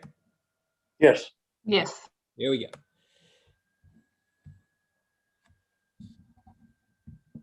The city of Georgetown faces an historic revenue shortfall, a product of changing demographics and a mismatched tax structure.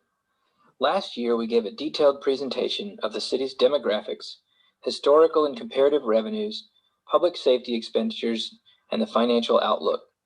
We urge you to review this presentation, which is available on our website, www.georgetownky.gov. Before we take a deeper look at the city's revenue needs, let's briefly recap the situation. Adjusted for inflation, the city's general fund revenues per capita are half as much as 20 years ago. In other words, the city's population has doubled, while its spending power has remained the same. Georgetown's 2018 revenues per capita were roughly 2/3 of its peers' average, creating a gap of almost $10 million. Georgetown lags the peer average in all three major tax categories, creating a gap of $7.5 million. Note how Georgetown's general fund tax structure compares to the rest of Kentucky. In particular, property taxes account for a comparatively smaller portion of total tax revenues, making Georgetown heavily reliant on occupational license taxes. Adjusted for inflation, general fund salary spending is down 33% over 20 years, while non-salary personnel costs are up 72%. In the last 22 years, the city's population has increased by 126%, and the incorporated area has increased by 75%.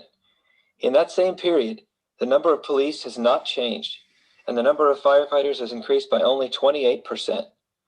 Adjusted for inflation, the city's general fund budget is only 22% higher. Retirement contributions account for 10% of the city's total general fund budget, and between 2018 and 2025, hazardous duty rates will have increased by 82% and non-hazardous rates by 60%. Georgetown's three-year general fund average expenditures is $24.6 million. 53% of the expenditures went to salaries, benefits, taxes, and unemployment insurance.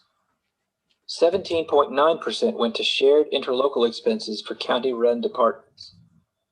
20.6% was spent on utilities, fuel, liability insurance and claims, vehicles, professional services, maintenance, and debt service.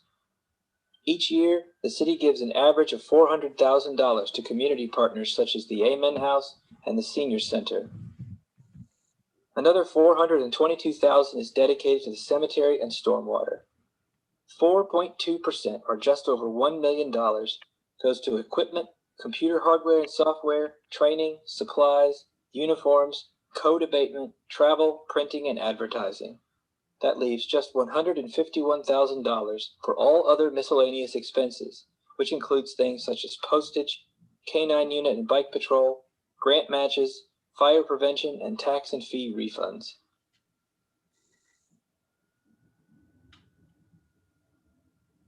The police department's 3-year average expenditures were $5.3 million, or 21.7% of total general fund expenditures.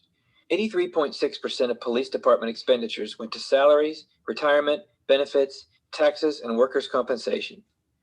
Another 14.7% went to vehicles, fuel, maintenance, liability and insurance claims, utilities, training, equipment, and professional services, leaving only $89,000 for all other miscellaneous department expenses. At 1.62 full-time police officers per 1,000 residents, the police department is now 27 officers short of the FBI national standard and 20 officers short of its peers' average. The $5,000 raises council awarded last year have helped bring Georgetown's starting police officer salary closer to the peer average, but they are still roughly $3,500 lower. This salary gap only tells part of the story, as many other jurisdictions also offer benefits such as longevity bonuses, shift differential pay of up to $1.50 per hour, sign-on bonuses, reimbursement of college tuition, higher pay for college degrees, and cash for unused personal days. Many also follow salary schedules that employ a combination of cost of living and longevity increases. Our research indicates the majority of jurisdictions offer the same or better benefits than Georgetown. Chief Mike Bossie believes a highly competitive starting salary is critical to recruiting the best quality officers in the area and requests that starting salaries for new officers be set at $49,500, including the $4,000 incentive, with an equal raise for all ranks. The cost of this increase for existing employees is approximately $330,000. Salaries for police management lag the peer average by higher margins than for officers. Future salary adjustments may need to account for longevity and rank. At current wages, it costs the city on average $87,000 annually for each new police officer hire. The total budgetary increase for adding 15 new officers would be $1.3 million.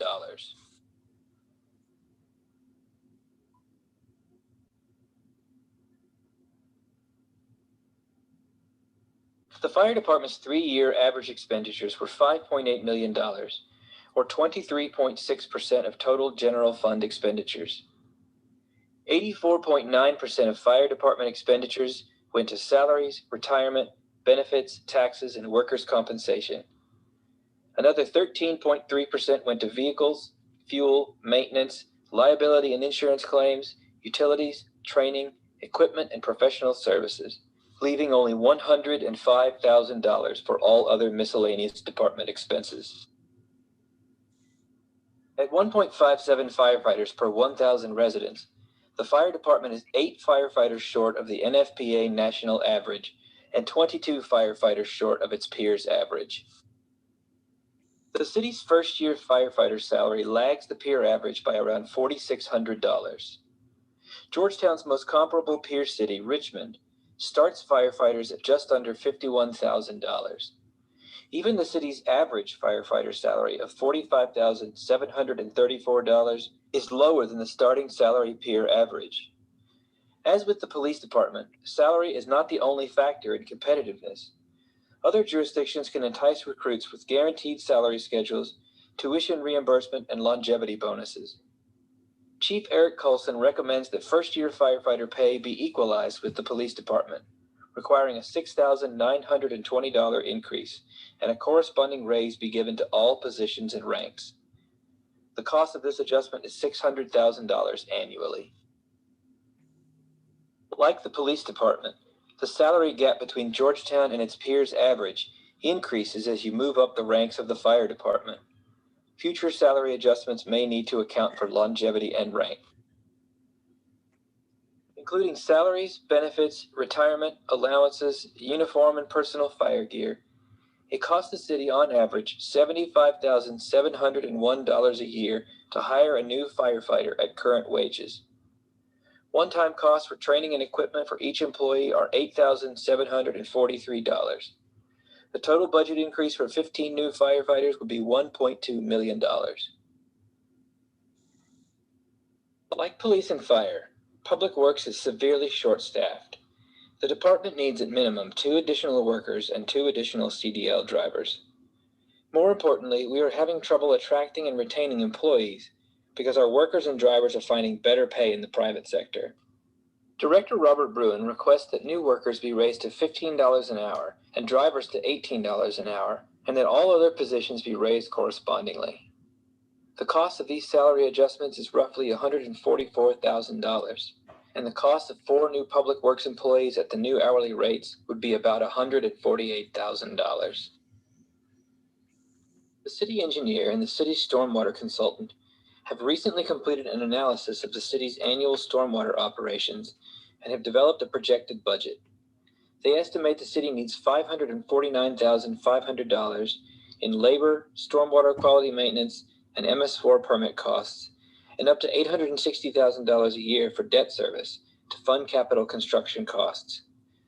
They have also identified the need for a vacuum truck at a cost of $350,000.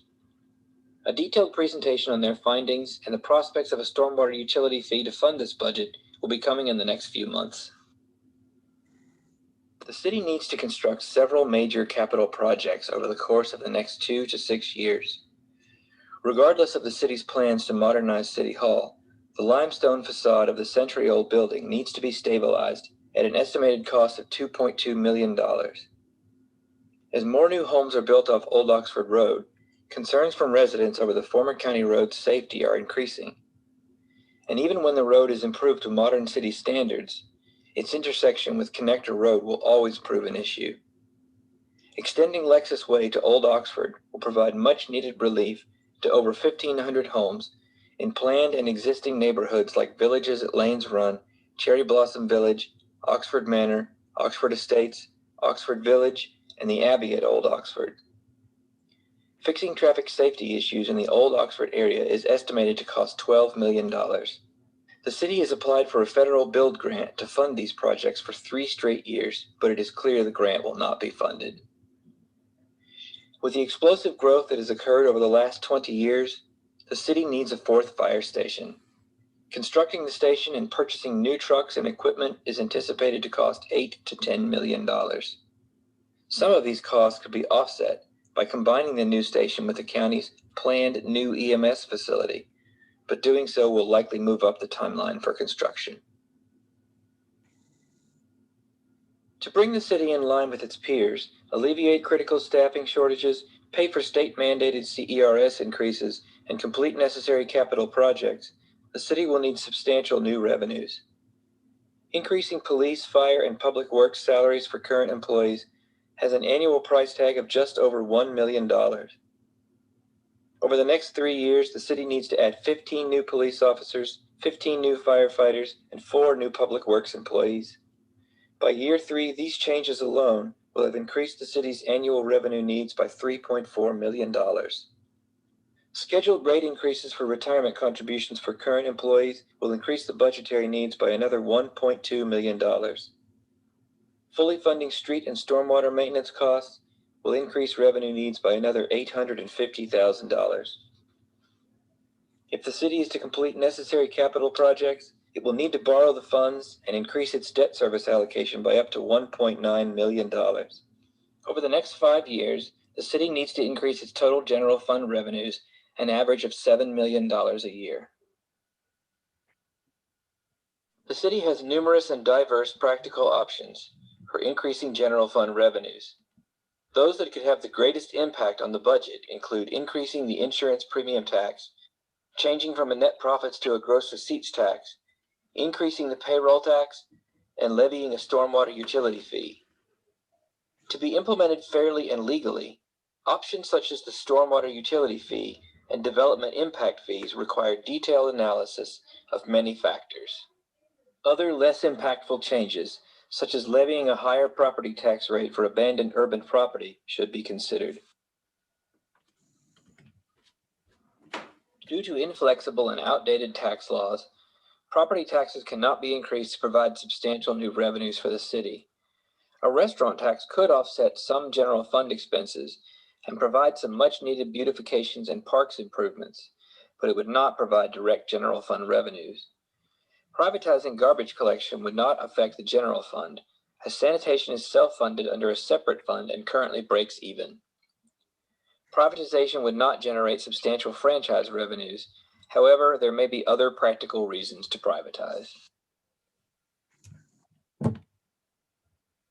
Georgetown's insurance premium tax rate is 61% of its peers' average and 62% of the average of all cities within the Bluegrass Area Development District. Over half the cities in the Bluegrass AD have a rate of at least 8%. 9 cities, including Paris, Nicholasville, and Sadieville, have a 10% rate. Increasing the insurance premium tax rate to 8% would provide the city with estimated additional annual revenues of $2 million. If the city intends to implement the rate increase effective July 1, 2021, it must adopt the ordinance and notify the Department of Insurance not later than March 23rd. Otherwise, it cannot increase the rate until July of 2022. We have prepared a separate presentation outlining some inequities in Georgetown's current net profits tax. In summary, changing to a gross receipts tax could significantly increase revenues and ensure all businesses are paying their fair share of the occupational license tax. Recall that Georgetown is one of only a handful of Kentucky cities whose residents are not able to credit their city payroll taxes against county payroll taxes. Almost 90% of Georgetown's peer cities have a payroll tax exceeding 1%. Increasing the payroll tax would increase annual revenues between $3.2 and $6.5 million. Of course, the city cannot complete its revenue needs analysis without also undertaking a review of department operations for opportunities to save costs, increase efficiencies, and capture lost revenues. While our list is a work in progress, staff have already identified 19 initiatives that could help offset a small percentage of the identified revenue needs.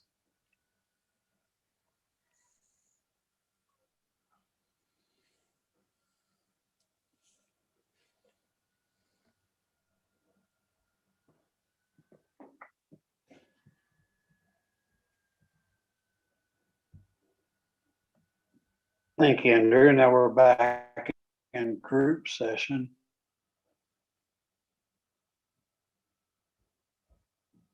Council, as you consider what you just,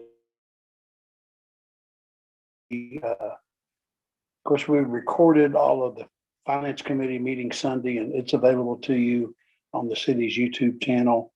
And this will be available tonight. We'll also make these presentations available to you.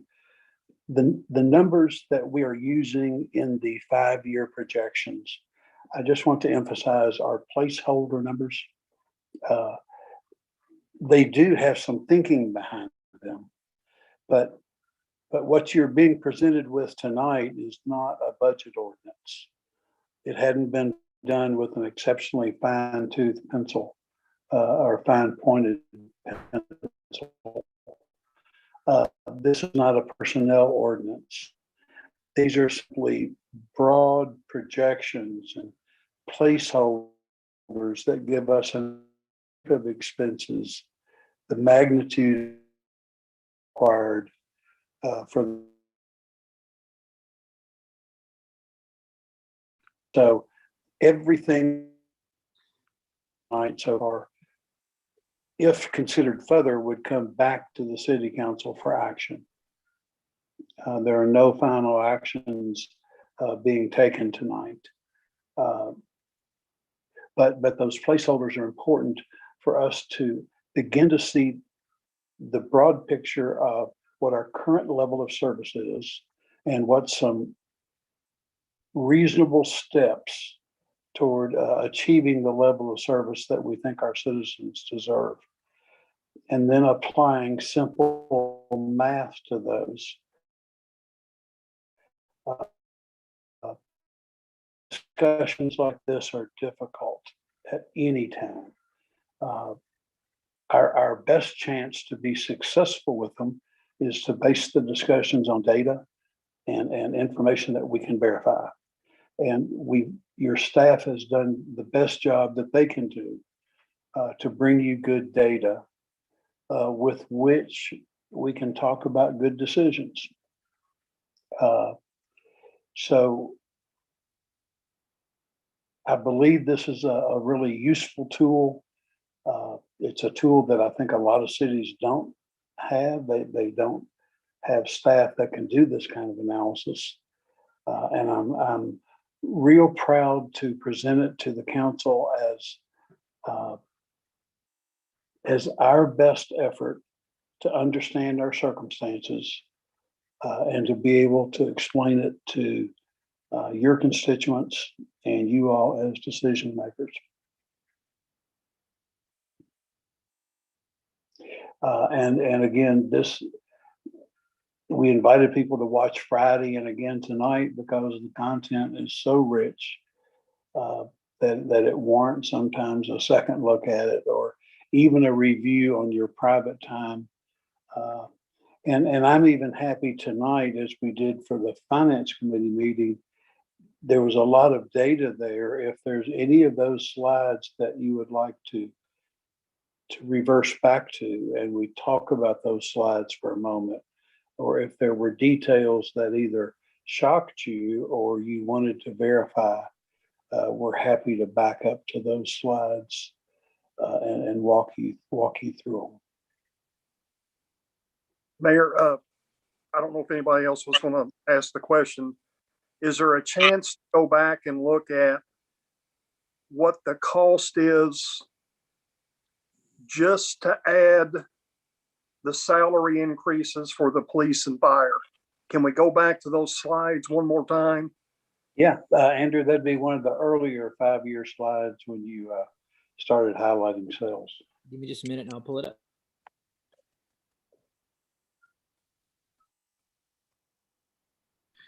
Mayor, while he's looking that up, can I ask you a quick question? Sure. What was the gas? Was it a gas tax or a gas franchise fee? What was that reference? Council passed a gas franchise ordinance, but decided to set the rate of the gas franchise ordinance at 0. So that is an option that is available to the council. We have other franchise agreements with Kentucky Utilities, with other folks that actually have a fee in there. But it was the council's decision to put a 0 in the gas ordinance, franchise ordinance. However, in the we gave ourselves the ability, without having to renegotiate the franchise, to put up to a 5% fee in with the subsequent ordinance. Okay, thanks. I do recall. So, Mark, if you look at this slide under year 1, cost of salary adjustments for current employees is there at $1,078,320. And then Andrew hasn't highlighted it, but clearly there would be CERS increases, the line immediately below that. We did pick up all of the CERS increases under year 3. We highlighted the total for CERS.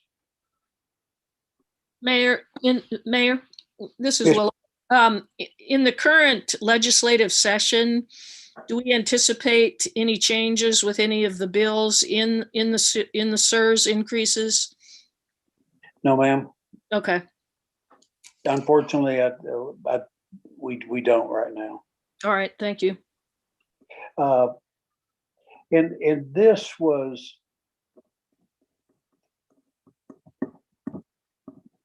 this exercise is important if we agree on the city's public safety needs require us to better compensate police and fire officers. And it requires us to hire more of them. Then what we've done is begun to cost that out, to look at what it actually takes to hire those people. It is our expectation, and as I move forward to discuss with you consideration of the insurance premium tax increasing from 5% to 8%, that will raise us $2 million. And it gets us well down the road toward the first year's step of what we know is a 3 to 5 year plan.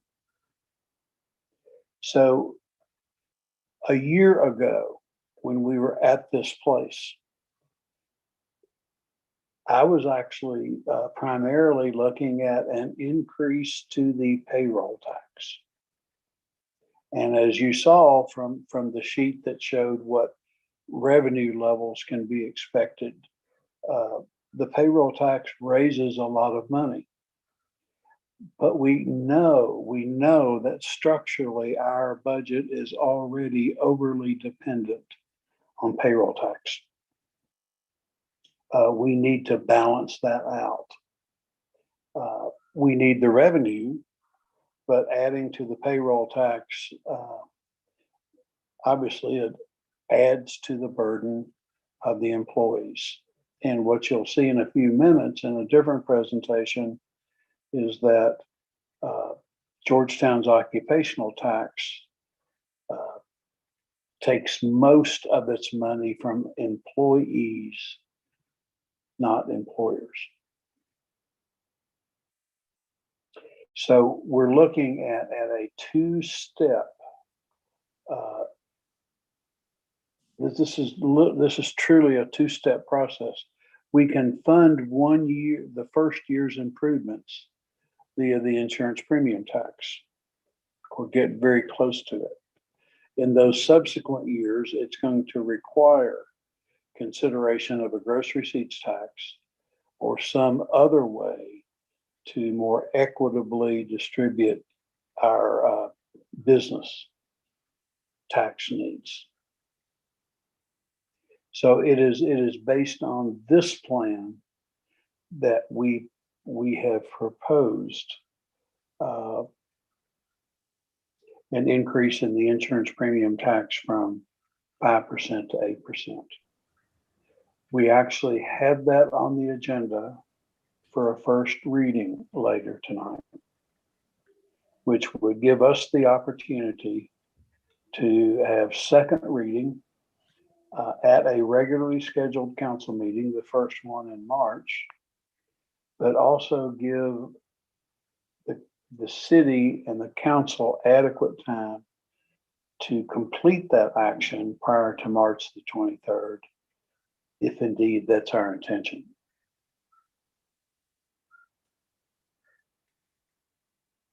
Mayor, I've got another question. I didn't mean to cut you off if you were still talking. No, I needed cutting off, Mark. Thank you. If, and it's a big if, but if we do end up moving forward with additional discussion on a gross receipts tax,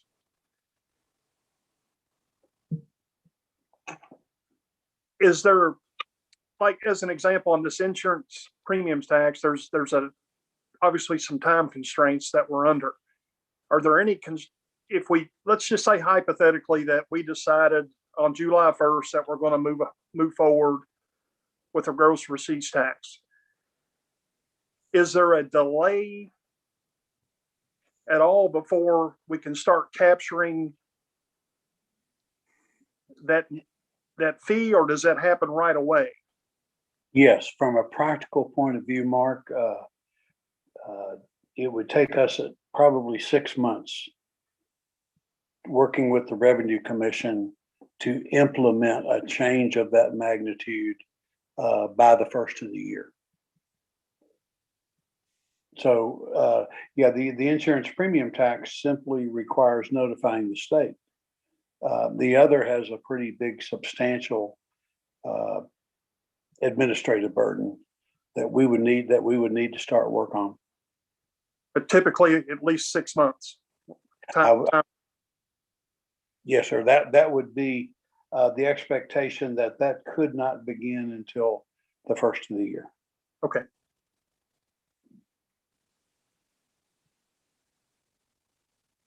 And the other thing is because, and I know Greg is a numbers guy and does this for a living.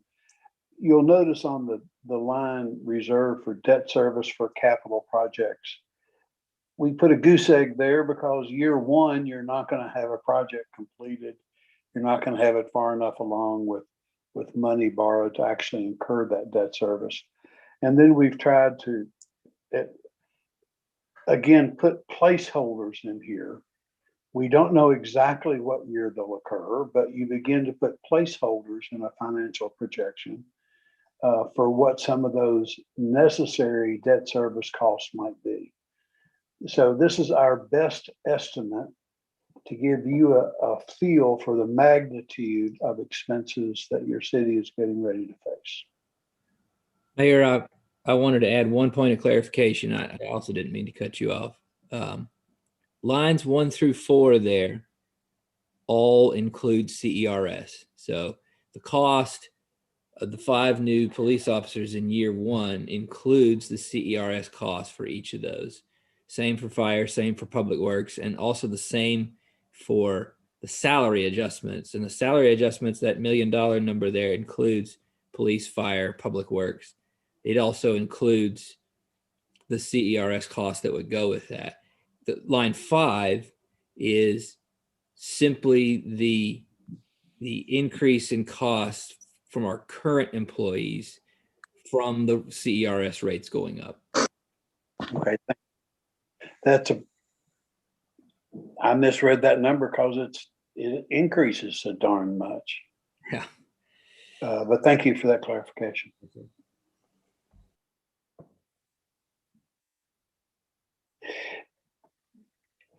This type of analysis is something that we are available to discuss with each of you whenever you'd wish to. And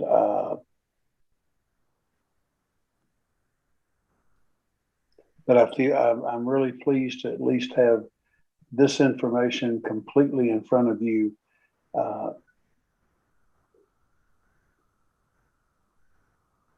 Georgetown is fortunate, I believe, to have a nonpartisan form of government.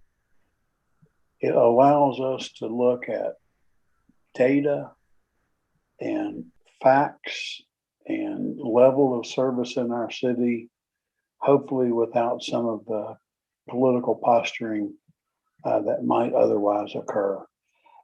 If these projections are off, or if any council member believes that we don't need these additional police officers or firefighters, or if we don't need to do the salary increases, we're happy to discuss those things with you, because this is the data that you'll need to consider to see if we can afford to do these things.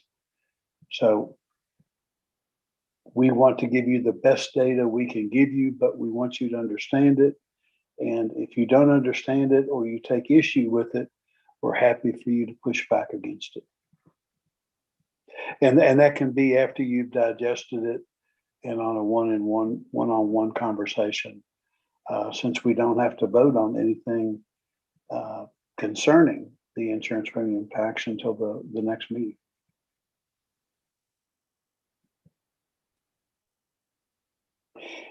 Stacy, have we covered this analysis well enough?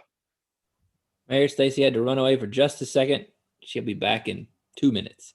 Okay, well, since you were the lead researcher, have we covered everything here that we wanted council to, it's a lot of information, but have we drawn their attention to the right issues? Believe it or not, it is a greatly condensed version of all the things that I think we learned. But I'll reiterate what you said, and we're happy to discuss any of these numbers, how we came up with them, what they mean with anyone, anytime.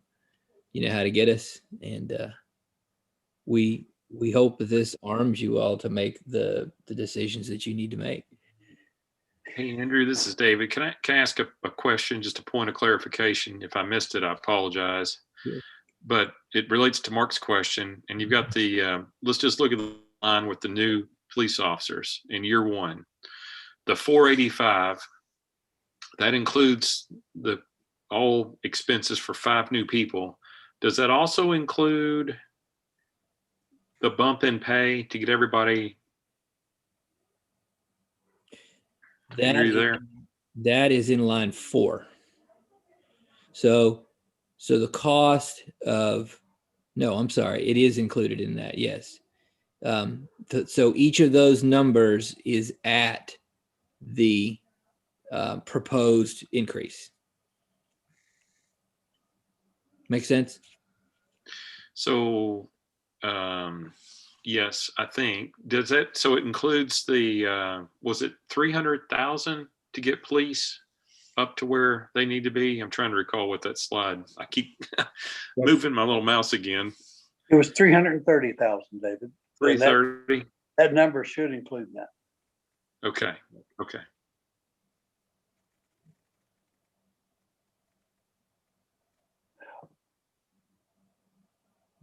Can you remind me, please, what the decrease in Toyota incentive is? And I'm glad you brought that up, Tammy. That actually should be another 0 there in year 5. That $1,850,000 should actually be year 6. But that is the point at which our incentive program with Toyota, where they get a credit, goes down, and we recapture that $1.85 million theoretically. Mary, you probably are better explaining that than I am, but that would be a point at which that would be additional revenue without us having to do anything.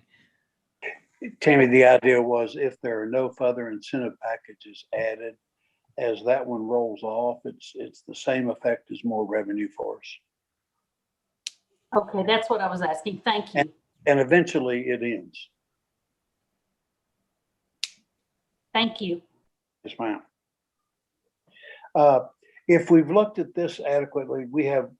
I know this is a lot to take on, but we have one more presentation that we'd like to show you, and that has to do with the concept of a gross receipts tax and the ways that it differs from a net profits tax and the way it might apply in Georgetown, Kentucky.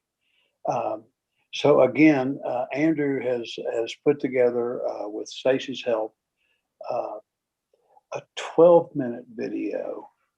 It's a PowerPoint, a narrated PowerPoint presentation that explains this concept and how it applies to Georgetown. The things that jump out to me during this presentation is that we have some huge inequities in the way our net profits tax works in Georgetown. And the result of those inequities is we have a lot of small business owners that I think pay a much higher portion of their income to a net profits tax than they need to. They pay more than their fair share. and other businesses do not pay their fair share. And I think we have an equity issue that if you'll look through this, if you'll listen to this presentation, it has a lot of flexibility to it. We'll begin, I think, to address some equity issues. The other thing I want to be right up front with the council on is this consideration of going to a gross receipts tax is not intended to be revenue neutral. We want it to more fairly distribute the burden, but we have some larger employers and some of the biggest big box stores that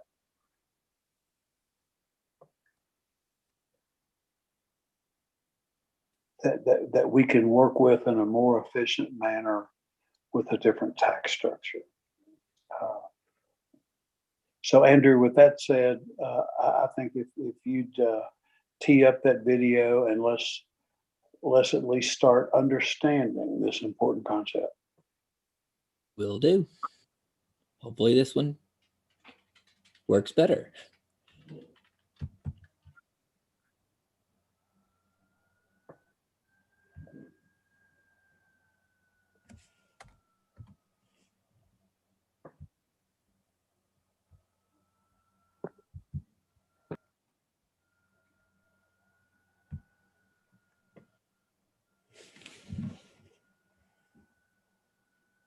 When the city of Georgetown first levied an occupational license tax in 1964, businesses and employees were lumped under one category called occupations and taxed equally on their gross receipts. All persons engaged in an occupation, trade, or business in Georgetown paid 0.1%, 0.3%, or 0.5% of gross receipts, depending on the type of occupation. In 1976, the city repealed the gross receipts tax and split the tax into a net profits tax for businesses and a payroll tax for employees. Net profits means a business's gross revenue minus its expenses. With a few exceptions, anything a business can deduct on its federal tax return can be deducted from its net profits return. Gross receipts means a business's receipts from the sale or lease of goods, services, and property, minus returns and allowances for defective product. A business owes net profits or gross receipts taxes to a taxing jurisdiction based on the percentage of its business that is attributable to work done in the jurisdiction. This is calculated with a two-factor formula based on payroll and sales. For businesses with only payroll or only sales generated in a jurisdiction, only one factor is used. Businesses calculate net profits based on global operations in all jurisdictions, including other local jurisdictions, other states, and even other countries. Let's look at how this affects taxes owed to Georgetown. Let's say Super WorldMart reports $100 billion in global profits for the year 2020. Super WorldMart generated $50 million in sales in Georgetown, and about 0.5% of its global sales and payroll was generated in Georgetown. However, despite record U.S. sales, Super WorldMart spent $150 billion building facilities in the U.S., Europe, and Asia, resulting in a global loss. Super WorldMart reports global net profits of $0. Super WorldMart therefore owes Georgetown $0 in net profits taxes. Note that none of the construction expenses Super WorldMart deducted directly benefited Georgetown. If Georgetown instead levied a gross receipts tax, Super WorldMart's global construction costs would be irrelevant. Assume Super WorldMart had global gross receipts of $99 billion after returns and allowances, and the same 0.05% apportionment to Georgetown. That means Super WorldMart had $49,500,000 in apportioned gross receipts and owes the city of Georgetown $49,500 in gross receipts taxes. In an effort to analyze the equity and efficiency of Georgetown's net profits tax and compare it to a potential gross receipts tax, we looked at actual returns from the last complete tax year for the 4,261 business entities that filed a return. 3,244 of those returns had greater than zero apportioned receipt. We then sorted the business entities by apportioned gross receipts and divided the results into 7 groups, with the smallest group having less than $50,000 in apportioned receipts and the largest having over $50 million.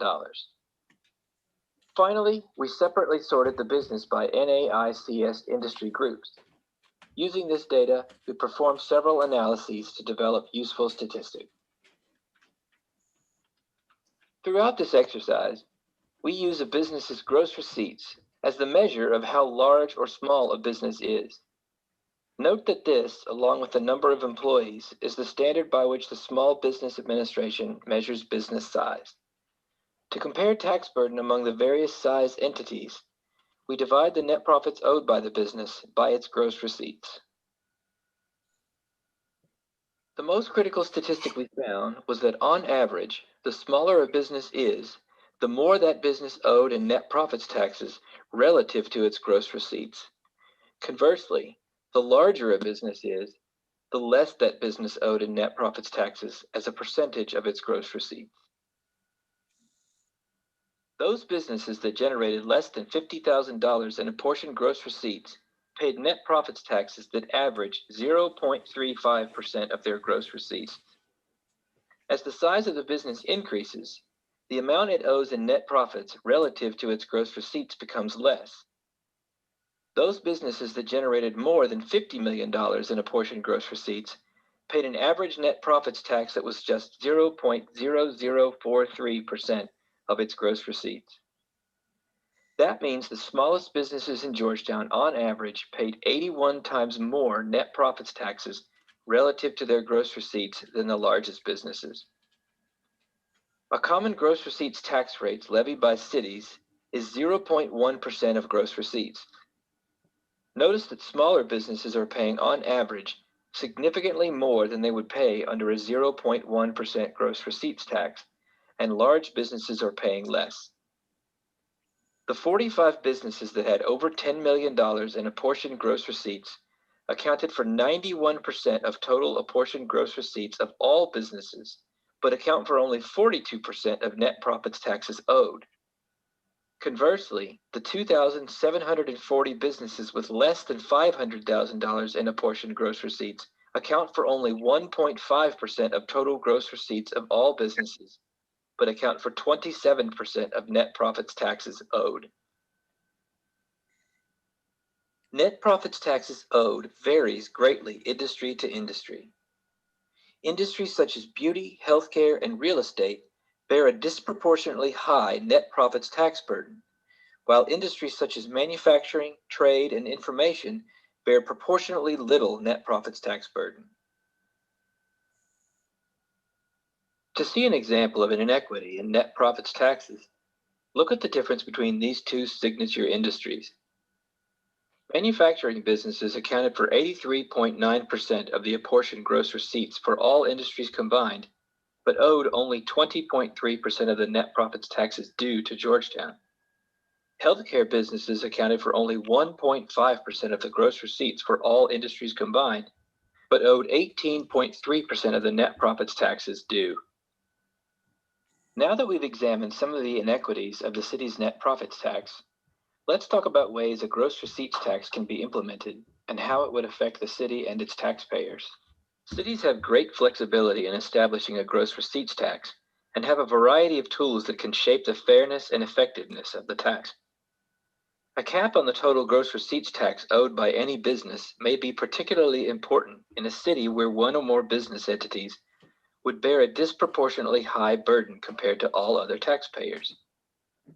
A floor could also be employed to ensure that all businesses, regardless of size, pay a minimum fee for the purpose of conducting business in the city. In Georgetown, there are almost 900 businesses that would owe less than $10 in gross receipts taxes. The city could also choose to enact different tax brackets, similar to federal income taxes, applying higher rates to businesses with higher gross receipts. Of course, a city could combine some or all of these tools. Combining some of the tools we just discussed, let's look at the revenues a hypothetical gross receipts tax would generate. Based on the returns data from 2018, businesses owed Georgetown $1.7 million in net profits taxes. If the city had a flat 0.1% gross receipts tax with a $1 million cap, only one business would have its tax capped, and all businesses would owe $4.3 million in gross receipts taxes. Increasing the cap to $2 million would still affect only one entity, and the tax would generate an additional $1 million. At a 0.2% gross receipts tax rate with a $1 million cap, still only one entity would have its taxes capped. All businesses would owe $7.5 million in gross receipts taxes. Again, increasing the cap to $2 million would have affected only one entity and would generate additional tax owed of $1 million. Continuing the analysis, if the city had a 1% gross receipts tax capped at $100,000, 8 businesses would have their taxes capped and the tax would generate $2.9 million. Increasing the cap to $200,000 would cap the taxes of 2 businesses and generate $461,000 of additional revenue. With a bracketed gross receipts tax at a rate of 0.1% for receipts up to $5 million and a 0.2% rate for receipts above $5 million and a $1 million cap, those businesses would have paid $6.3 million in gross receipts taxes. If the cap is reduced to $200,000, 8 businesses would have their taxes capped and the tax would generate $4.6 million. Looking, for example, at a flat 0.1% gross receipts tax with a $1 million cap, businesses with less than $500,000 in apportioned gross receipts would, on average, owe less under a gross receipts tax compared to a net profits tax. Businesses with more than $500,000 in apportioned gross receipts will, on average, pay more under a gross receipts tax. Of the 3,244 businesses with apportioned gross receipts, 1,411 would have paid less under a gross receipts tax versus a net profits tax. Of the 1,803 businesses that would have paid more under a gross receipts tax, half would have seen an increase of less than $50 each. This analysis could be performed based on any particular gross receipts setup. Here are a few more facts about gross receipts taxes and net profits taxes to keep in mind. Smaller businesses tend to be local businesses, whereas the largest businesses are predominantly regional, national, or global businesses. A gross receipts tax is much easier for businesses to calculate and report. Calculating net profits taxes may require detailed knowledge of federal tax law and often requires the services of an accountant. For the same reasons, a gross receipts tax is far easier for the city to administer. A gross receipts tax puts businesses and employees on equal footing, as both pay a tax based on income before any deductions. Over the last 25 years, employees have paid 74% of the occupational license taxes owed to Georgetown. 34 cities have enacted a gross receipts tax. Only cities can levy a gross receipts tax. Counties and schools cannot.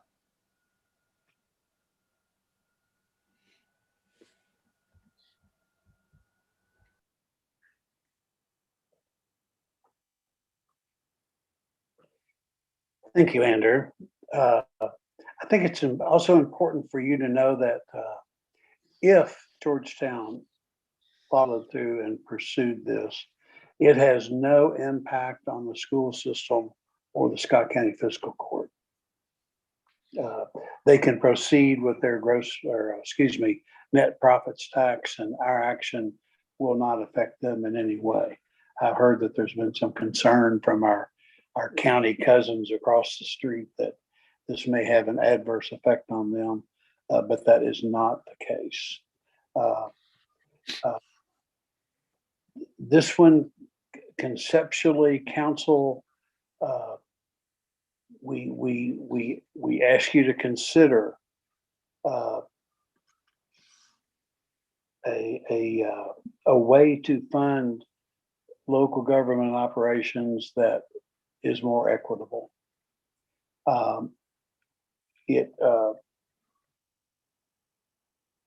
It's always concerned me that the smallest of our merchants, the beautician who is on her feet all day long, pays significantly more under our business tax than some of the largest employers in our community. And I believe that we can resolve that in a way that is may even provide some relief to our smallest businesses and make the situation more fair. And this is, while we are going to ask you for action on the insurance premium tax very quickly, this is something that we will ask you to consider, learn more about, consider the amount of variation that we can custom build that ordinance to Georgetown's economy, Georgetown's businesses, and do it in a way that's fair to people. It's an opportunity I'm pretty excited to share with you. Could I ask a quick question, Mayor? Yes, ma'am. One of the slides said 34 cities have a gross receipts tax structure in Kentucky. Can you tell me maybe who some of those might be, what cities they are? Amy, I've got a list I can actually share with you, which includes all those cities' tax rates. That'd be great. Thank you. And we want the council to have, we want this information to be in your hands. I know you've seen these videos. They're on our YouTube channel. Andrew can also send you a link, your own private link, to where you can look at it. You can pause it when you want to, and you can peruse a slide just a little more deeply and make questions that you want to follow up with. And then I think every business person in Georgetown is going to watch these presentations and wonder what this does exactly to me and my business. And they should. That's the way this works. And we're gonna get them to the point where they can do that. I have a question, Mayor. On the net profits, there has been years that if you put a cap on it, for some of the largest businesses, we all know what we're talking about, which business we're talking about there, but there's been years that they've given net profits to the city that's more than what the total would be raised out of this. How will that make a difference in the future? Yeah, it would be, Karen, the gross receipts tax has one of its biggest inherent benefits is it gives the city the ability to plan for revenue, where the net profits tax is so spiky we can't budget it. But this is going to be more steady, like the payroll tax. We can budget it. The benefit for the business is they can plan for their tax burden. They can know what it will be. And for a large employer that would have a cap, they would have the benefit of knowing, we had a situation where one of our larger employers restated earnings several years ago for a particular year. And it was a windfall for the city. Mm-hmm. Under this, they would be capped, Karen, and they would only have them, whoever that employer might be, they would only have the $1 million cap. They would not have that larger obligation that might have existed. That possibility exists, but it doesn't help us get at all of the big box stores and large employers that I have to be very careful as a member of the Revenue Commission what I can talk with any member of the public about, even you all as members of the council. So the presentation that we've given you tonight aggregates information and provides ranges, and it provides industry groups. But we have a legal obligation to be very careful about things we can't talk about. The The plus, Karen, would come from the many, many businesses that under our net profits tax simply are not paying a net profits tax. Under a gross receipts tax, the rate is significantly less. The rule of thumb is 1/10. Since we have a 1% payroll tax, this would probably start off as a discussion of 0.1% as a gross receipts tax. So the rate itself would go down for a great number of people, but not larger businesses. I wanted to add that I meant to have it in the presentation, but if you look at the average net profits over the last 10 years, I mean, we talked about how net profits fluctuate so wildly. When you look at an average of what we've received in net profits revenues over the last 10 years, it's $2.5 million. So slightly higher than the 1.7 that's on the chart. But as those high years are often averaged out by substantially lower years. There's years where several years in a row, in fact, where we get less than $1 million in gross receipts revenues, or net profits revenues, excuse me. Andrew, do you have a 20-year history on that you could share with us? I do. Do you mind to shoot that to us sometime this week? Sure can. That'd be an interesting graph to see, to me. David, it's all over the map. I mean, it was actually in the first presentation we did. It's peaks and valleys of pretty large proportions, but absolutely, I'm happy to send that. Yeah, we in the first one, David, we included that chart and then tried to figure out a way to give a mean or an average of what that chart looked like. And it is so spiky, it's impossible to analyze. All you can do is say, boy, that's really spiky. But you can't draw any future conclusions from it. So we will send you this information. It is more than what one can absorb in one evening, and but what we've begun the process, and I appreciate your attention for a concept of this magnitude. Mayor, could I just say that I appreciate all the careful attention that the Finance Committee and Andrew has put into this. I feel like it's forward looking. I feel like it's transparent. And I also feel like as a council, we're inviting input on this nets versus gross receipts tax. And I would like to hear input from constituents. I would like to hear input from business owners, and I would invite input from the Chamber of Commerce. I think this is an important decision. I think we have revenue needs that need to be addressed that are going to take increased revenue.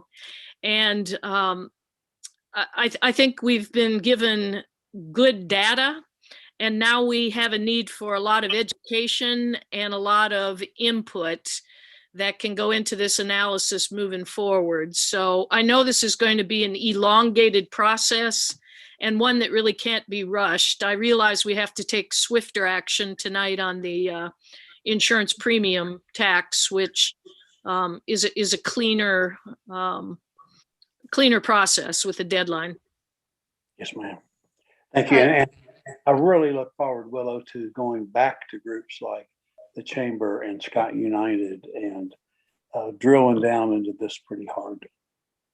And while we talk about that, just as an aside, I want to remind every council member that you are invited to attend meetings of Scott United. It's not a closed meeting. I think a lot of people labor under that false impression that Scott United is not a place where you're welcome. But you are. It receives funding from the city and the county, so it is subject to open meeting, open records, and you're always welcome to sit and listen to their discussion of any particular issue. Mayor, if I can, a couple of comments. So far, I haven't gotten any feedback from anybody on the insurance tax increase, but I have already gotten a lot of feedbacks. Business owners, some of the accountants in town concerned about the net profits versus the gross receipt. So, but I told him hadn't known anything about it at the time yet because we hadn't had the presentation, and told him the presentation would come tonight to the general public.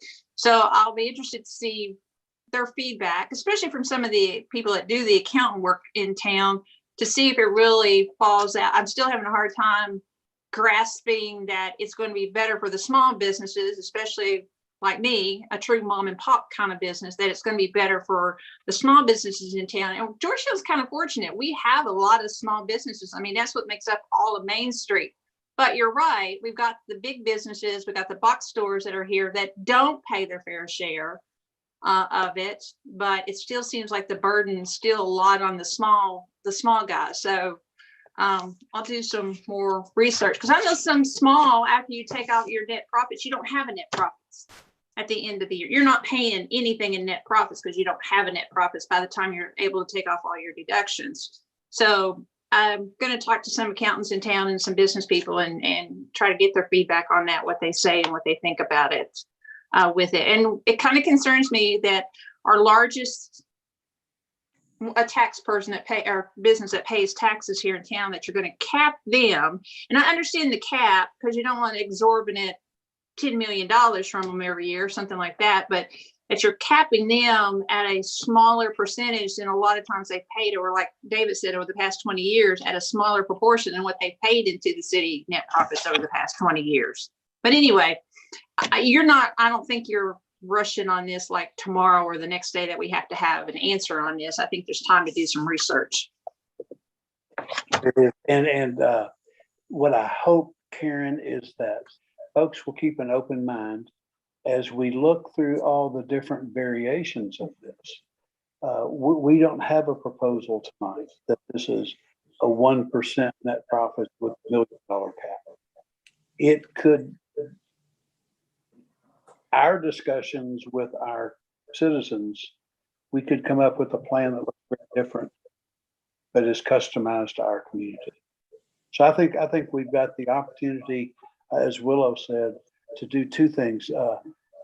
Educate a lot of people about this concept because it's foreign to them. And people are normally afraid of things that they're not familiar with. So I think if we can help people understand it first, and then see what their opinions are, and see if we can help be a less frightening event for them. Mayor, do you remember when we quit having paying for business license? Yes. When was that? When did that? Because I mean, of course, we've been in business now 50 years. So, but I remember back in the day when we used to pay, it was $25 a year to have a business license. And every now and then people come in the shop and they'll talk about, well, they're opening a small business and they say, I went down to, and I don't have to have a business license, pay for a business license. And so people kind of expect to pay a small amount for that. When did we stop that? Andrew? I'm not aware of the answer either, but I think it's fair to say, Karen, it's been some time. Yeah. I mean, I thought about that, something that maybe just for picking up some small businesses that are doing home-based businesses and stuff like that, that we might be missing, maybe requiring a business license or something, like a small $25 fee or something like that.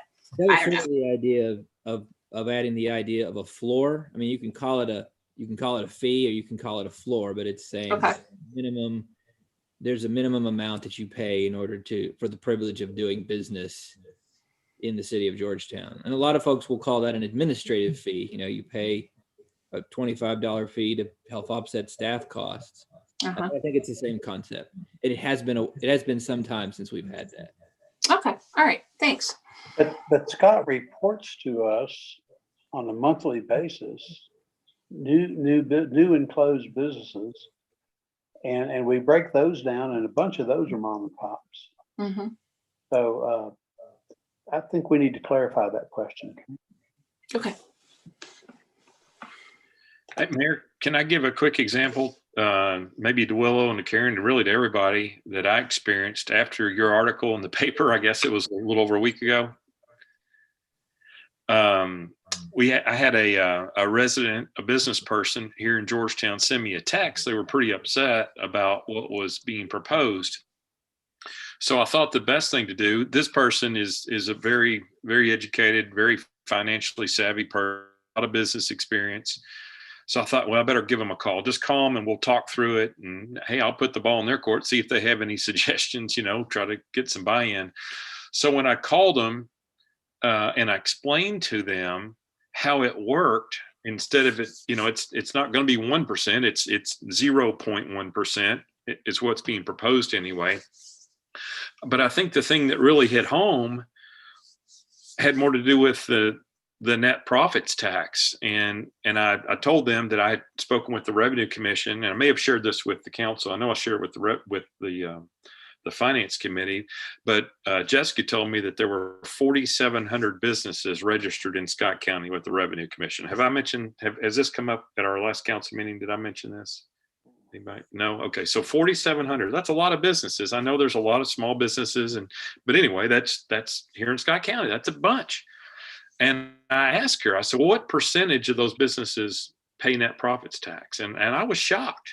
It was in 2018, it was only 12%. So 12% of the 4,700 businesses are paying net profits tax in our community. I mean, that to me, that didn't seem fair. And when I explained that to this individual, they were shocked, because I asked them, I said, hey, there's 4,700 businesses. What percentage do you think would be paying net profits? And they said, well, 35%, which is over a third. I said, no, it's only 12. And they were like upset. They're like, well, I'm in that 12%, I'm paying. And so then we go through the math, and if you understand the math, it makes some sense. So if a small business is grossing $100,000 and they net $50,000, I might need Stacy or Andrew to help me here, but on the 100,000, Andrew, what would their tax be? I guess it'd be 0.1. Would that be $100? $100. It's $100, isn't it? Yeah. Versus 5,000. Yeah. But if they netted, if they happen to net $50,000, they're going to pay 1% of the $50,000. So anyway, when you kind of understand, like the mayor said, the math of it, it makes sense. It makes sense. So I was able to get some buy-in from this particular individual. This individual actually was watching our finance meeting the other day, Mayor, and they sent Connie and I a text message and said, hey, I support what you all are doing. I support the insurance tax increase. So I felt like by calling them and speaking with them and all of us trying to understand it better, I got buy-in. And I know that's a big part of the mayor's job, and it's also going to be a part of our job going forward, I believe, if we're going to take this and move forward with it. And just like Willow said, we're looking for support from the chamber and from some of our corporate partners in the community as well. And hopefully we can get that. Great. Thank you all very much. That we delivered a whole bunch of information for you all to consider, and we've got a lot to talk about going forward. If we've scratched the itch well enough for you on the gross receipts concept, we do want to move forward to it is not an action item for the council, but we do have on the agenda a first reading of the ordinance that would increase the insurance premium tax from 5% to 8%, and to hold the schedule and not let us get into a dangerous position as we approach March 23rd. We would like for Tracy to go ahead and read the ordinance, have first reading tonight, and then be in a position to vote and have the roll call vote. Rather than at a special called meeting, we'll be able to do it at a regularly scheduled meeting. It's legal both ways, but it just feels better to me to do it at a regularly scheduled meeting. So if there's not an objection from the council, I'd like to go ahead with first reading of that ordinance at this time. Okay. An ordinance amending Georgetown Code of Ordinances, Section 36-93, to provide an 8% license tax rate on insurance companies engaging in business within the city of Georgetown's corporate limits. Summary 1, amend Section 36 through 93 of the Georgetown Code of Ordinances to provide an 8% license tax rate on insurance companies engaging in businesses in the city of Georgetown. 2, provides for repeal of inconsistent ordinances, severability of provisions, and effective date upon passage and a publication, and instructs Kentucky's Executive Director of Insurance to take necessary measures to implement the ordinance lawfully. The full text of this ordinance is available for examination in the Georgetown City Clerk's Office, 100 North Court Street, Georgetown, Kentucky, 40324, or at www.georgetownky.gov. Introduced and publicly read for the first time, February 22nd, 2021. Thank you, Madam Clerk. And I want to also thank the Finance Committee for their willingness to sponsor this ordinance. That's actually the last item on our printed agenda for the evening. And now we're at that point of the meeting for you've had mayor comments. This would be council comments. So, Mark, tonight you're on the upper left-hand corner of my screen. I'm good, Mayor. Thank you. Thank you. Willow? Again, I'm thankful to the Finance Committee and others for all of the deliberative work and analysis they've done. I do have a question. If anybody on the council gets any kind of feedback about the insurance rate being raised, if we could be given notice of that before the second read so that we can think about it and know about that, that would be really helpful, because I know some of us get called by some people and others get called by others. It would be helpful if we could have a composite of that. Perhaps if we get some input, we can give it to the mayor or Stacy or whomever. That would be helpful to me. Thank you.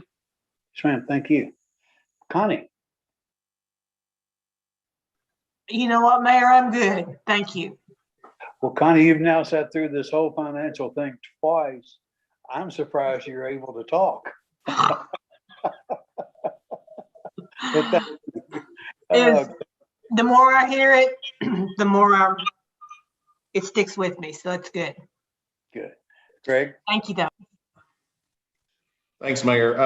The first thing I have is just a big shout out to Robert Bruin and his crew at Public Works this past week. I mean, they really put forth a lot of effort, kept the city streets cleaned, and kept all of us safe.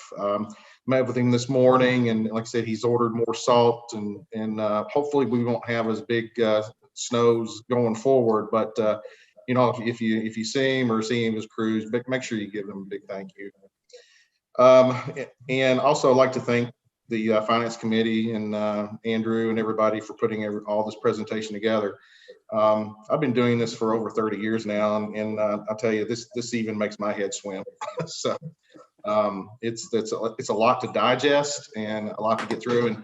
And I agree with Willow on the insurance premium tax. If anybody hears anything, I'd certainly like to know that before the next meeting. And I've already heard one comment, and I'm going to reach out to them probably tomorrow or the next day, and sort of talk to them about what their concerns are. So on the net profits versus gross receipts, I know we've got a lot of work to do there. I think we need to get not only our input, but a lot of public input, from the businesses here, not only small but large. So I'm really looking forward to doing that. So that's all I have. Thanks. Thank you, Greg. Todd?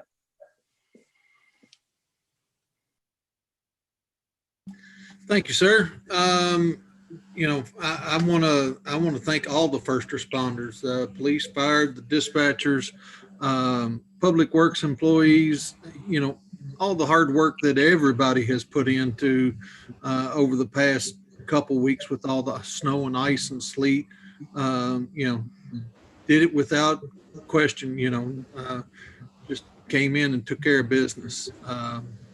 Thank you and Andrew and Stacy and the Finance Committee for all the presentations. They were really good, and it is a daunting task ahead of us. But with the budget process upon us, what would be the possibility of looking at an in-person meeting to have public input, say at either Great Crossings or Scott County High School in the auditorium, where we can social distance and spread out, or even the conference center at Georgetown College?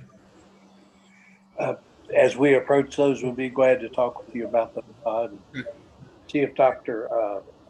Miller can help us do that. The biggest thing we lose when we go to those locations is our broadcasting. Well, and I know that, yeah, and I know that we did the council forum at Great Crossings, a great setup. We were definitely spaced out, and they were able to broadcast it from there. We may even have an in, I don't know, right, David? And then the last thing is we had met with the interlocal committees and supposed to have got the information back on the development fees. Have we heard anything about that? And Andrew, no, I don't have an update there. You, Andrew, everything.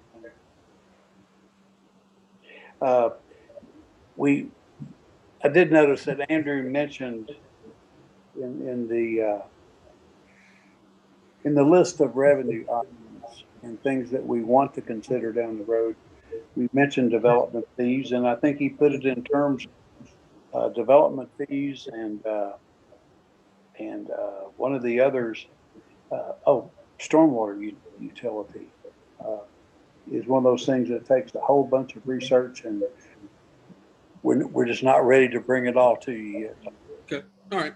Other than that, that's all I got. Thank you, sir. Yes, sir. Thank you. Karen. I am good, but just if any of the public is watching this or going to listen to this, I would love to have feedback of what they think about the insurance tax and what they think about as of this stage, because it's really a baby stage. As of this stage, what they think about the gross receipts versus net profits. So give me a call or come by and see me, and I would love to hear their opinions. That's it. All right. Thank you. Tammy. Thanks again for all the information. Boy, is it a lot to digest. I have had several phone calls already about the article in the paper concerning the gross versus net profits. And we've run some scenarios, and I think that's what it's going to take, actually talking to individual business owners and asking them to run their own numbers or giving scenarios and so forth. So it's an education process. I look forward to learning more about it and to involving the community. That's the way to do it. And I like hearing everybody asking for people to get in touch. Thanks again to everybody that kept our town so safe during the storms. Great job. I'm so proud. And that's all. All right. Thank you, Tammy. David. Not really, Mayor. A good meeting by you and your staff, your team, and good comments by my colleagues on the council, and absolutely a shout out to Public Works. They did an outstanding job this past week. Thank you, Mayor. Sounds good. I thought Friday was very productive. Tonight has been very productive. Citizens that have watched understand what you're considering a lot better. And again, this, for anybody that's got the fortitude to sit through a 3-hour meeting, it'll be on our YouTube channel. And they can fast forward past technological glitch parts. But that's all I have tonight. Andrew, do you have anything else to come before the council? No, I just want to add that I will get these videos and the PowerPoints on our website as soon as possible. And people can. Now that we have started a public conversation, we really do have an obligation to make the stuff easy to get to. So, and you all will know where you can guide people to learn more information if they have questions for you. Okay. And I see Mayor, it's David real quick. One quick thought, just kind of dawned on me. I've said it before, but a picture's worth 1,000 words. maybe we could show some people some examples. I used that $100,000 a little while ago. Somebody grossing 100,000 and netting 50. That's actually a pretty good return if they're doing that. But maybe we could come up with a few scenarios that are just, kind of real life scenarios to show people, just, something simple. Just a thought. And a range of them, David. That's right. Yeah. One impact at this gross receipt level and the impact at the other gross receipt level. Yeah. Good, so that good. we give them an honest range of scenarios to come talk to us about. Good. Okay. Chief Colson, I see you on the meeting and we haven't called on you all night. Thank you for joining us. Okay. If there's nothing else to come before the council tonight, folks, thank you and we'll stand adjourned. Good night. Night. Good night.